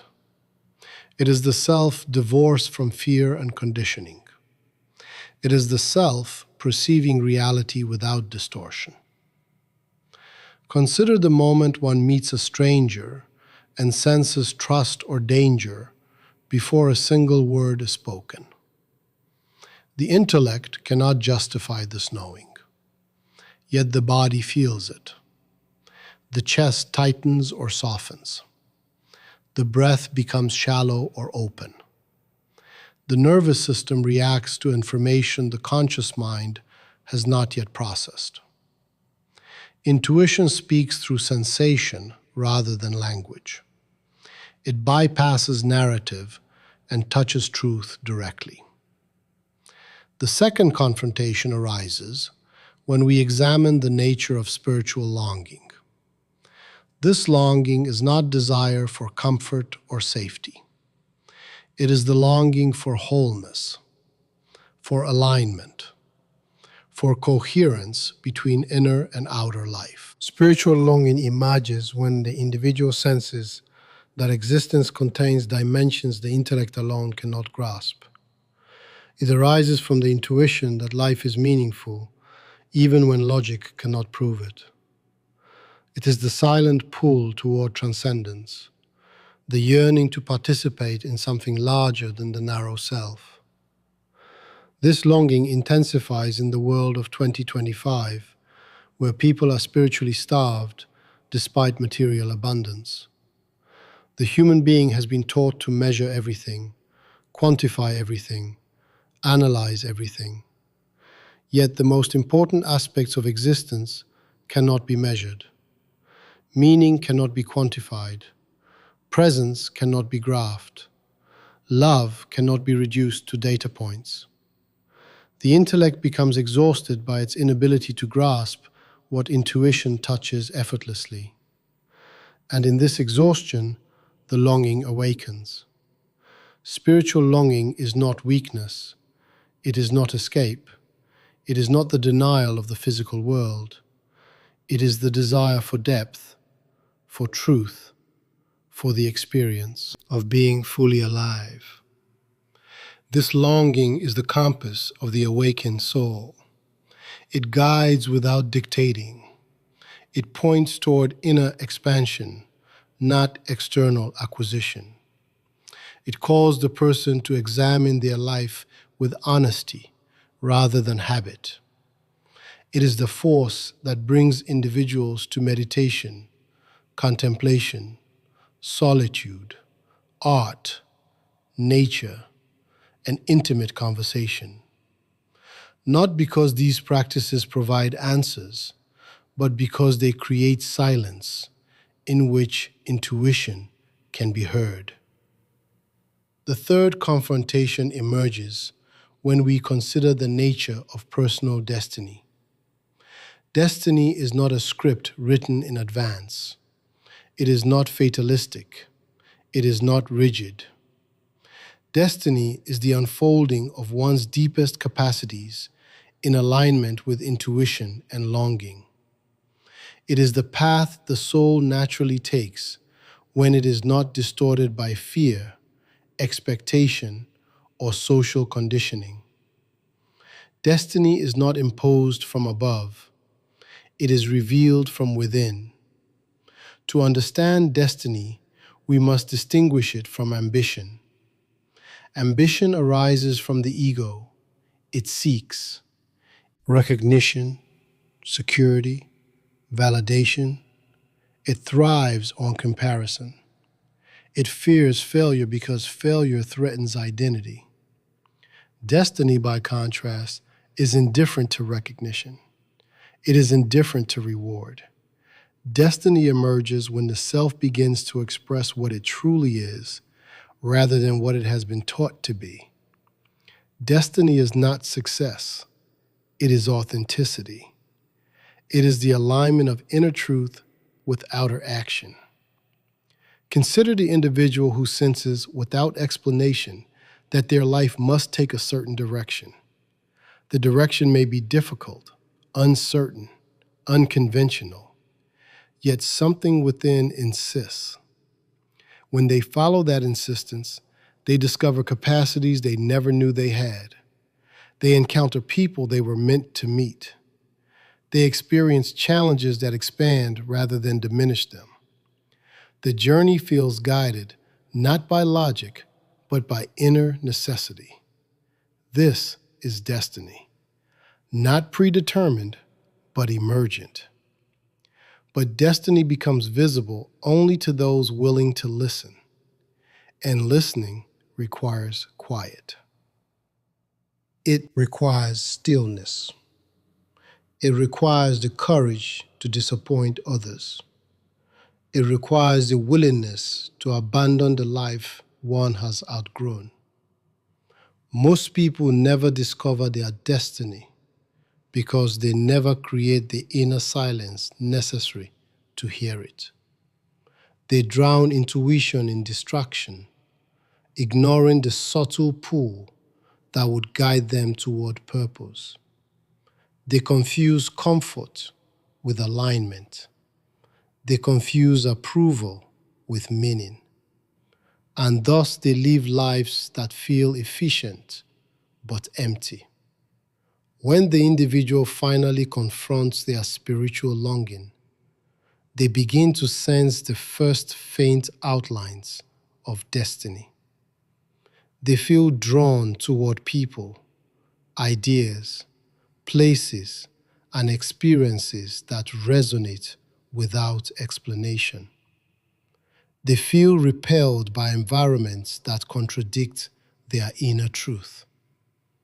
They experience synchronicities, insights, sudden clarity. These are not magical phenomena. They are psychological manifestations of alignment. When the inner and outer worlds move in coherence, life begins to flow rather than resist. But destiny is not only personal, it has a moral dimension. When individuals align with their inner truth, they naturally become agents of transformation in the world around them. They no longer act from fear or conformity. They act from clarity. Such individuals do not need authority to guide them. They do not need external validation to direct them. They become self-responsible, self-aware, self-luminous. Their presence influences others, not through force, but through resonance. This resonance reveals one of the deepest aspects of destiny. The soul is not isolated. Its unfolding is intertwined with the unfolding of others. Destiny is relational. It brings individuals into contact with those whose paths support their growth. It removes those whose presence hinders it.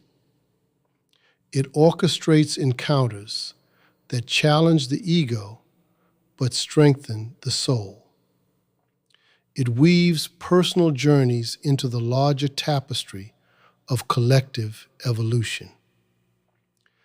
And yet the question remains: if intuition guides, longing calls, and destiny unfolds, what force governs the movement of all these elements?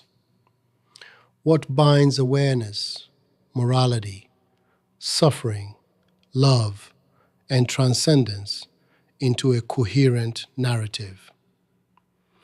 The answer lies not in metaphysics, but in the lived experience of meaning. Meaning is not discovered, it is created through engagement, honesty, and alignment. Meaning emerges when one lives in accordance with one's truth, when one acts not from fear, but from integrity, when one listens more deeply than one speaks, when one embraces suffering as information rather than punishment, when one allows love to transform rather than possess. Meaning is the pulse of destiny. The deeper the individual moves into this process, the more they recognize that meaning is not static. It evolves, it deepens, it expands, and at its highest expression, meaning begins to dissolve the boundaries between self and world. One senses that personal destiny is only a fragment of a larger movement of consciousness.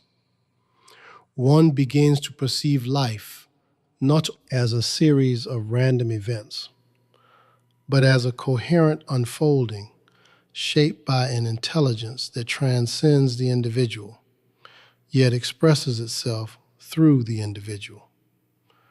This realization prepares the soul for its next threshold.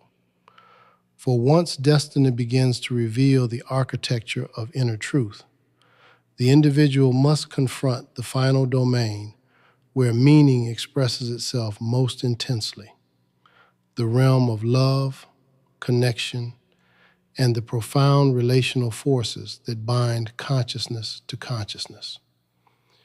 If destiny reveals the architecture of inner truth, then love becomes the force that animates it. Nothing exposes the depth of a human being more completely than love. Nothing dismantles the ego with equal precision. Nothing reveals our hidden strengths and deeper fractures so quickly, so relentlessly. Love is not sentiment. Love is confrontation. It takes the self by the throat and demands honesty. It demands presence. It demands the courage to be seen without disguise. And most people fear this more than death. They fear suffering or death. Love begins by dissolving the boundaries the ego believes necessary for survival. The ego wants control, certainty, and dominance. It wants to maintain the illusion of independence. But love shatters independence. It exposes interdependence.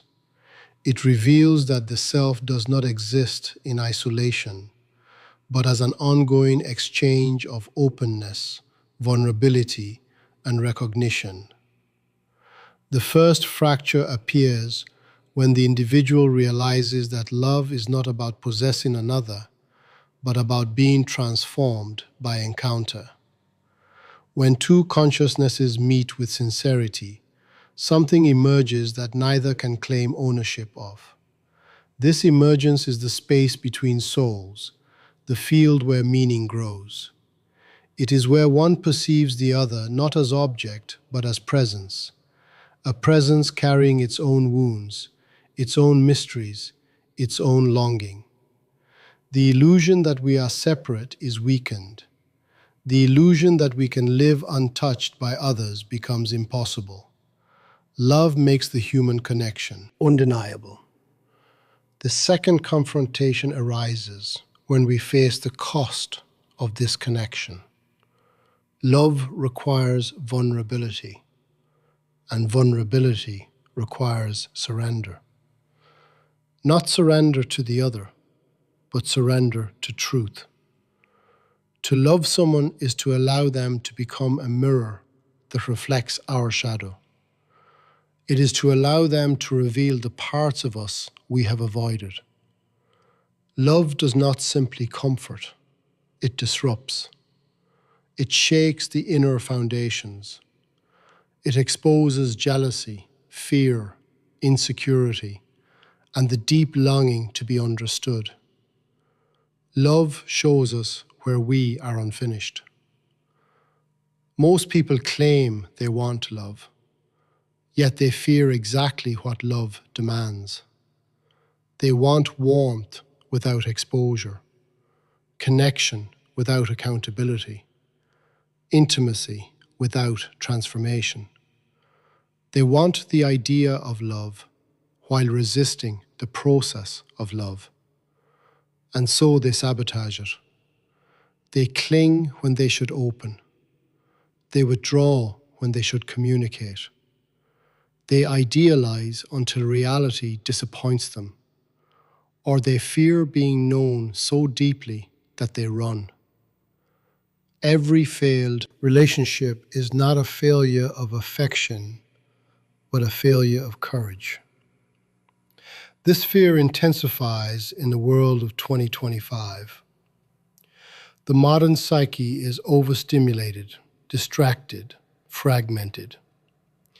People are trained to seek intensity rather than depth, validation rather than truth, pleasure rather than intimacy. Relationships become performances where each person protects their curated self-image. Vulnerability becomes dangerous because it threatens the identity constructed online or in public. But love does not care for these constructions. It cuts through them. It demands the real. To understand this more clearly, consider the moment someone allows themselves to be seen entirely. Not the polished self, not the strategic self, but the raw self. The self with its trembling insecurities, its buried grief, its fragile dreams, its unfiltered tenderness. In that moment, love becomes possible. Love enters only where pretense ends, and when it enters, it alters the inner architecture, the self. Expands because it is no longer confined to solitary consciousness. It is reflected, received, recognized. Yet this expansion brings the third confrontation. Love is inseparable from loss. To love is to accept the inevitability of separation, whether through change, conflict, or death. The deeper the bond, the greater the risk. Every attachment carries the seed of heartbreak. But the avoidance of heartbreak produces a deeper suffering, the suffering of a life unlived. A heart protected from loss is also protected from depth. Safety becomes a prison. The mature soul understands that love is temporary, not because it is weak, but because life is temporary. Everything that enters our lives will one day leave, or we will leave it. This truth is not tragedy. It is what gives love its radiance. A moment becomes luminous because it cannot be repeated. A person becomes precious because they cannot be possessed. Love becomes sacred because it cannot be guaranteed. Impermanence is not the enemy of love. It is its essence. This essence transforms the meaning of intimacy. Intimacy is not fusion. It is the ability to remain fully oneself while fully open to another. It is a meeting between two autonomous consciousnesses who choose to reveal their depths to each other. It is not ownership, but participation.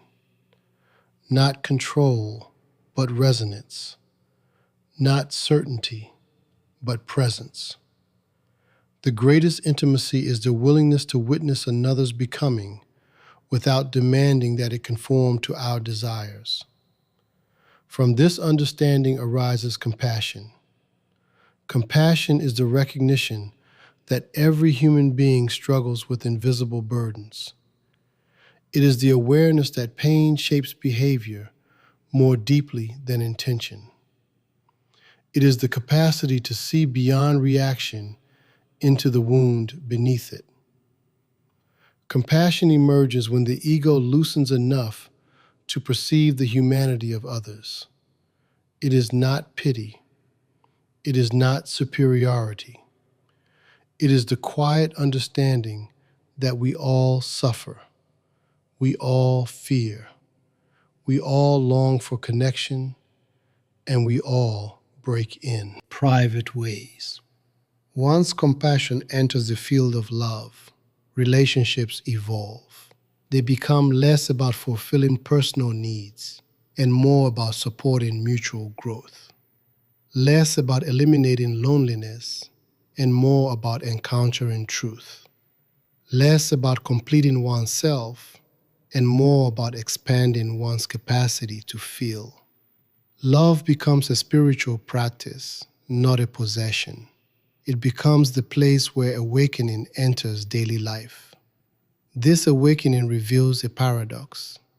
Love softens the heart, yet it also strengthens it. It makes the self more vulnerable, yet more resilient. It introduces pain, yet deepens meaning. It exposes fragility, yet creates courage.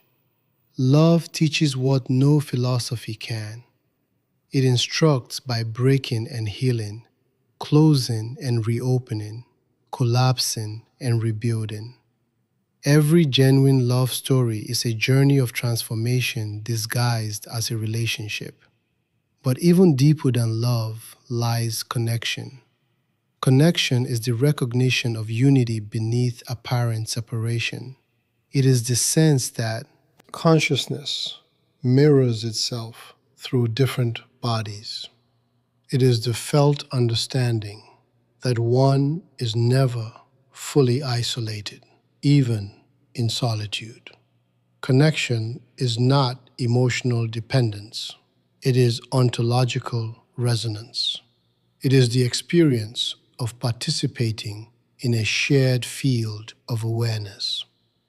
Love may be directed toward a specific person, but connection is universal.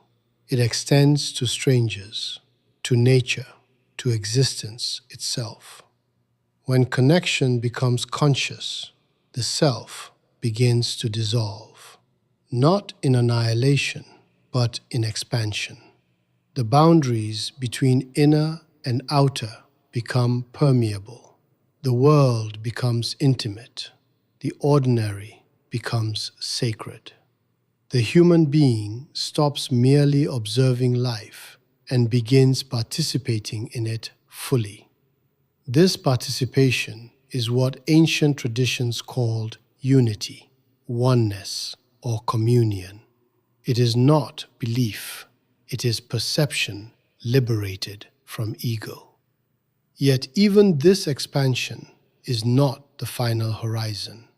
For all love, all loss, all compassion, all intimacy lead toward a deeper existential demand.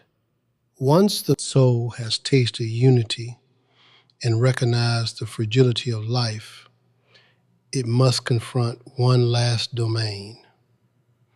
A domain where meaning reaches its most concentrated form, where suffering and beauty merge, where the individual stands face to face with the ultimate responsibility of existence. The journey through these 10 movements does not end in certainty. It ends in a deeper form of awareness, the kind that refuses illusion, yet does not collapse into despair. We arrive at a truth both simple and severe. No philosophy can rescue us from the responsibility of becoming human. Every insight becomes hollow unless it is lived. Every moral ideal becomes empty unless it reshapes the way we touch the world. Every spiritual intuition becomes vanity unless it transforms the structure of our character. The great thinkers do not hand us answers. They hand us mirrors. They force us to confront the ways we avoid ourselves, the ways we cling to false security, the ways we betray our own depth. They demand that we, courageous participants, the real legacy, courageous participants.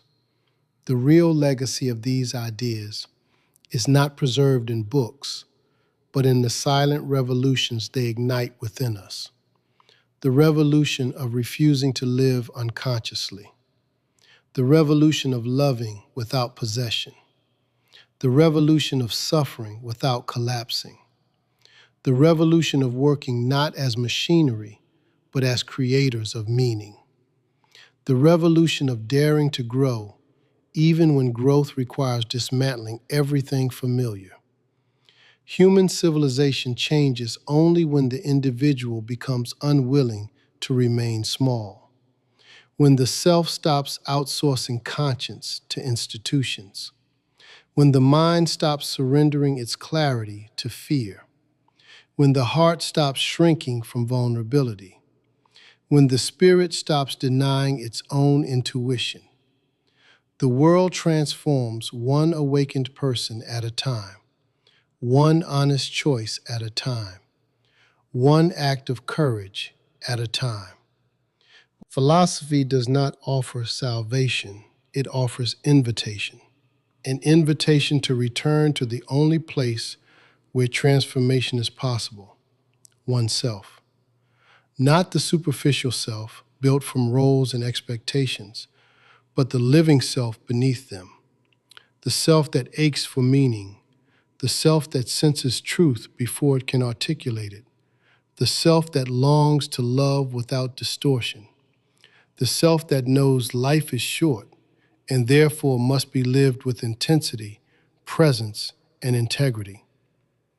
And so the closing of this contemplation is not an end, but a pivot, a turning inward, a quiet demand. Now that the illusions have been stripped away, now that the soul has been confronted with its own depth, now that the architecture of existence has been revealed in fragments, the question becomes unavoidable. What will you do with what you have seen? The journey does not wait for tomorrow. It begins in this breath, in this thought, in this unguarded moment where you finally stop fleeing yourself.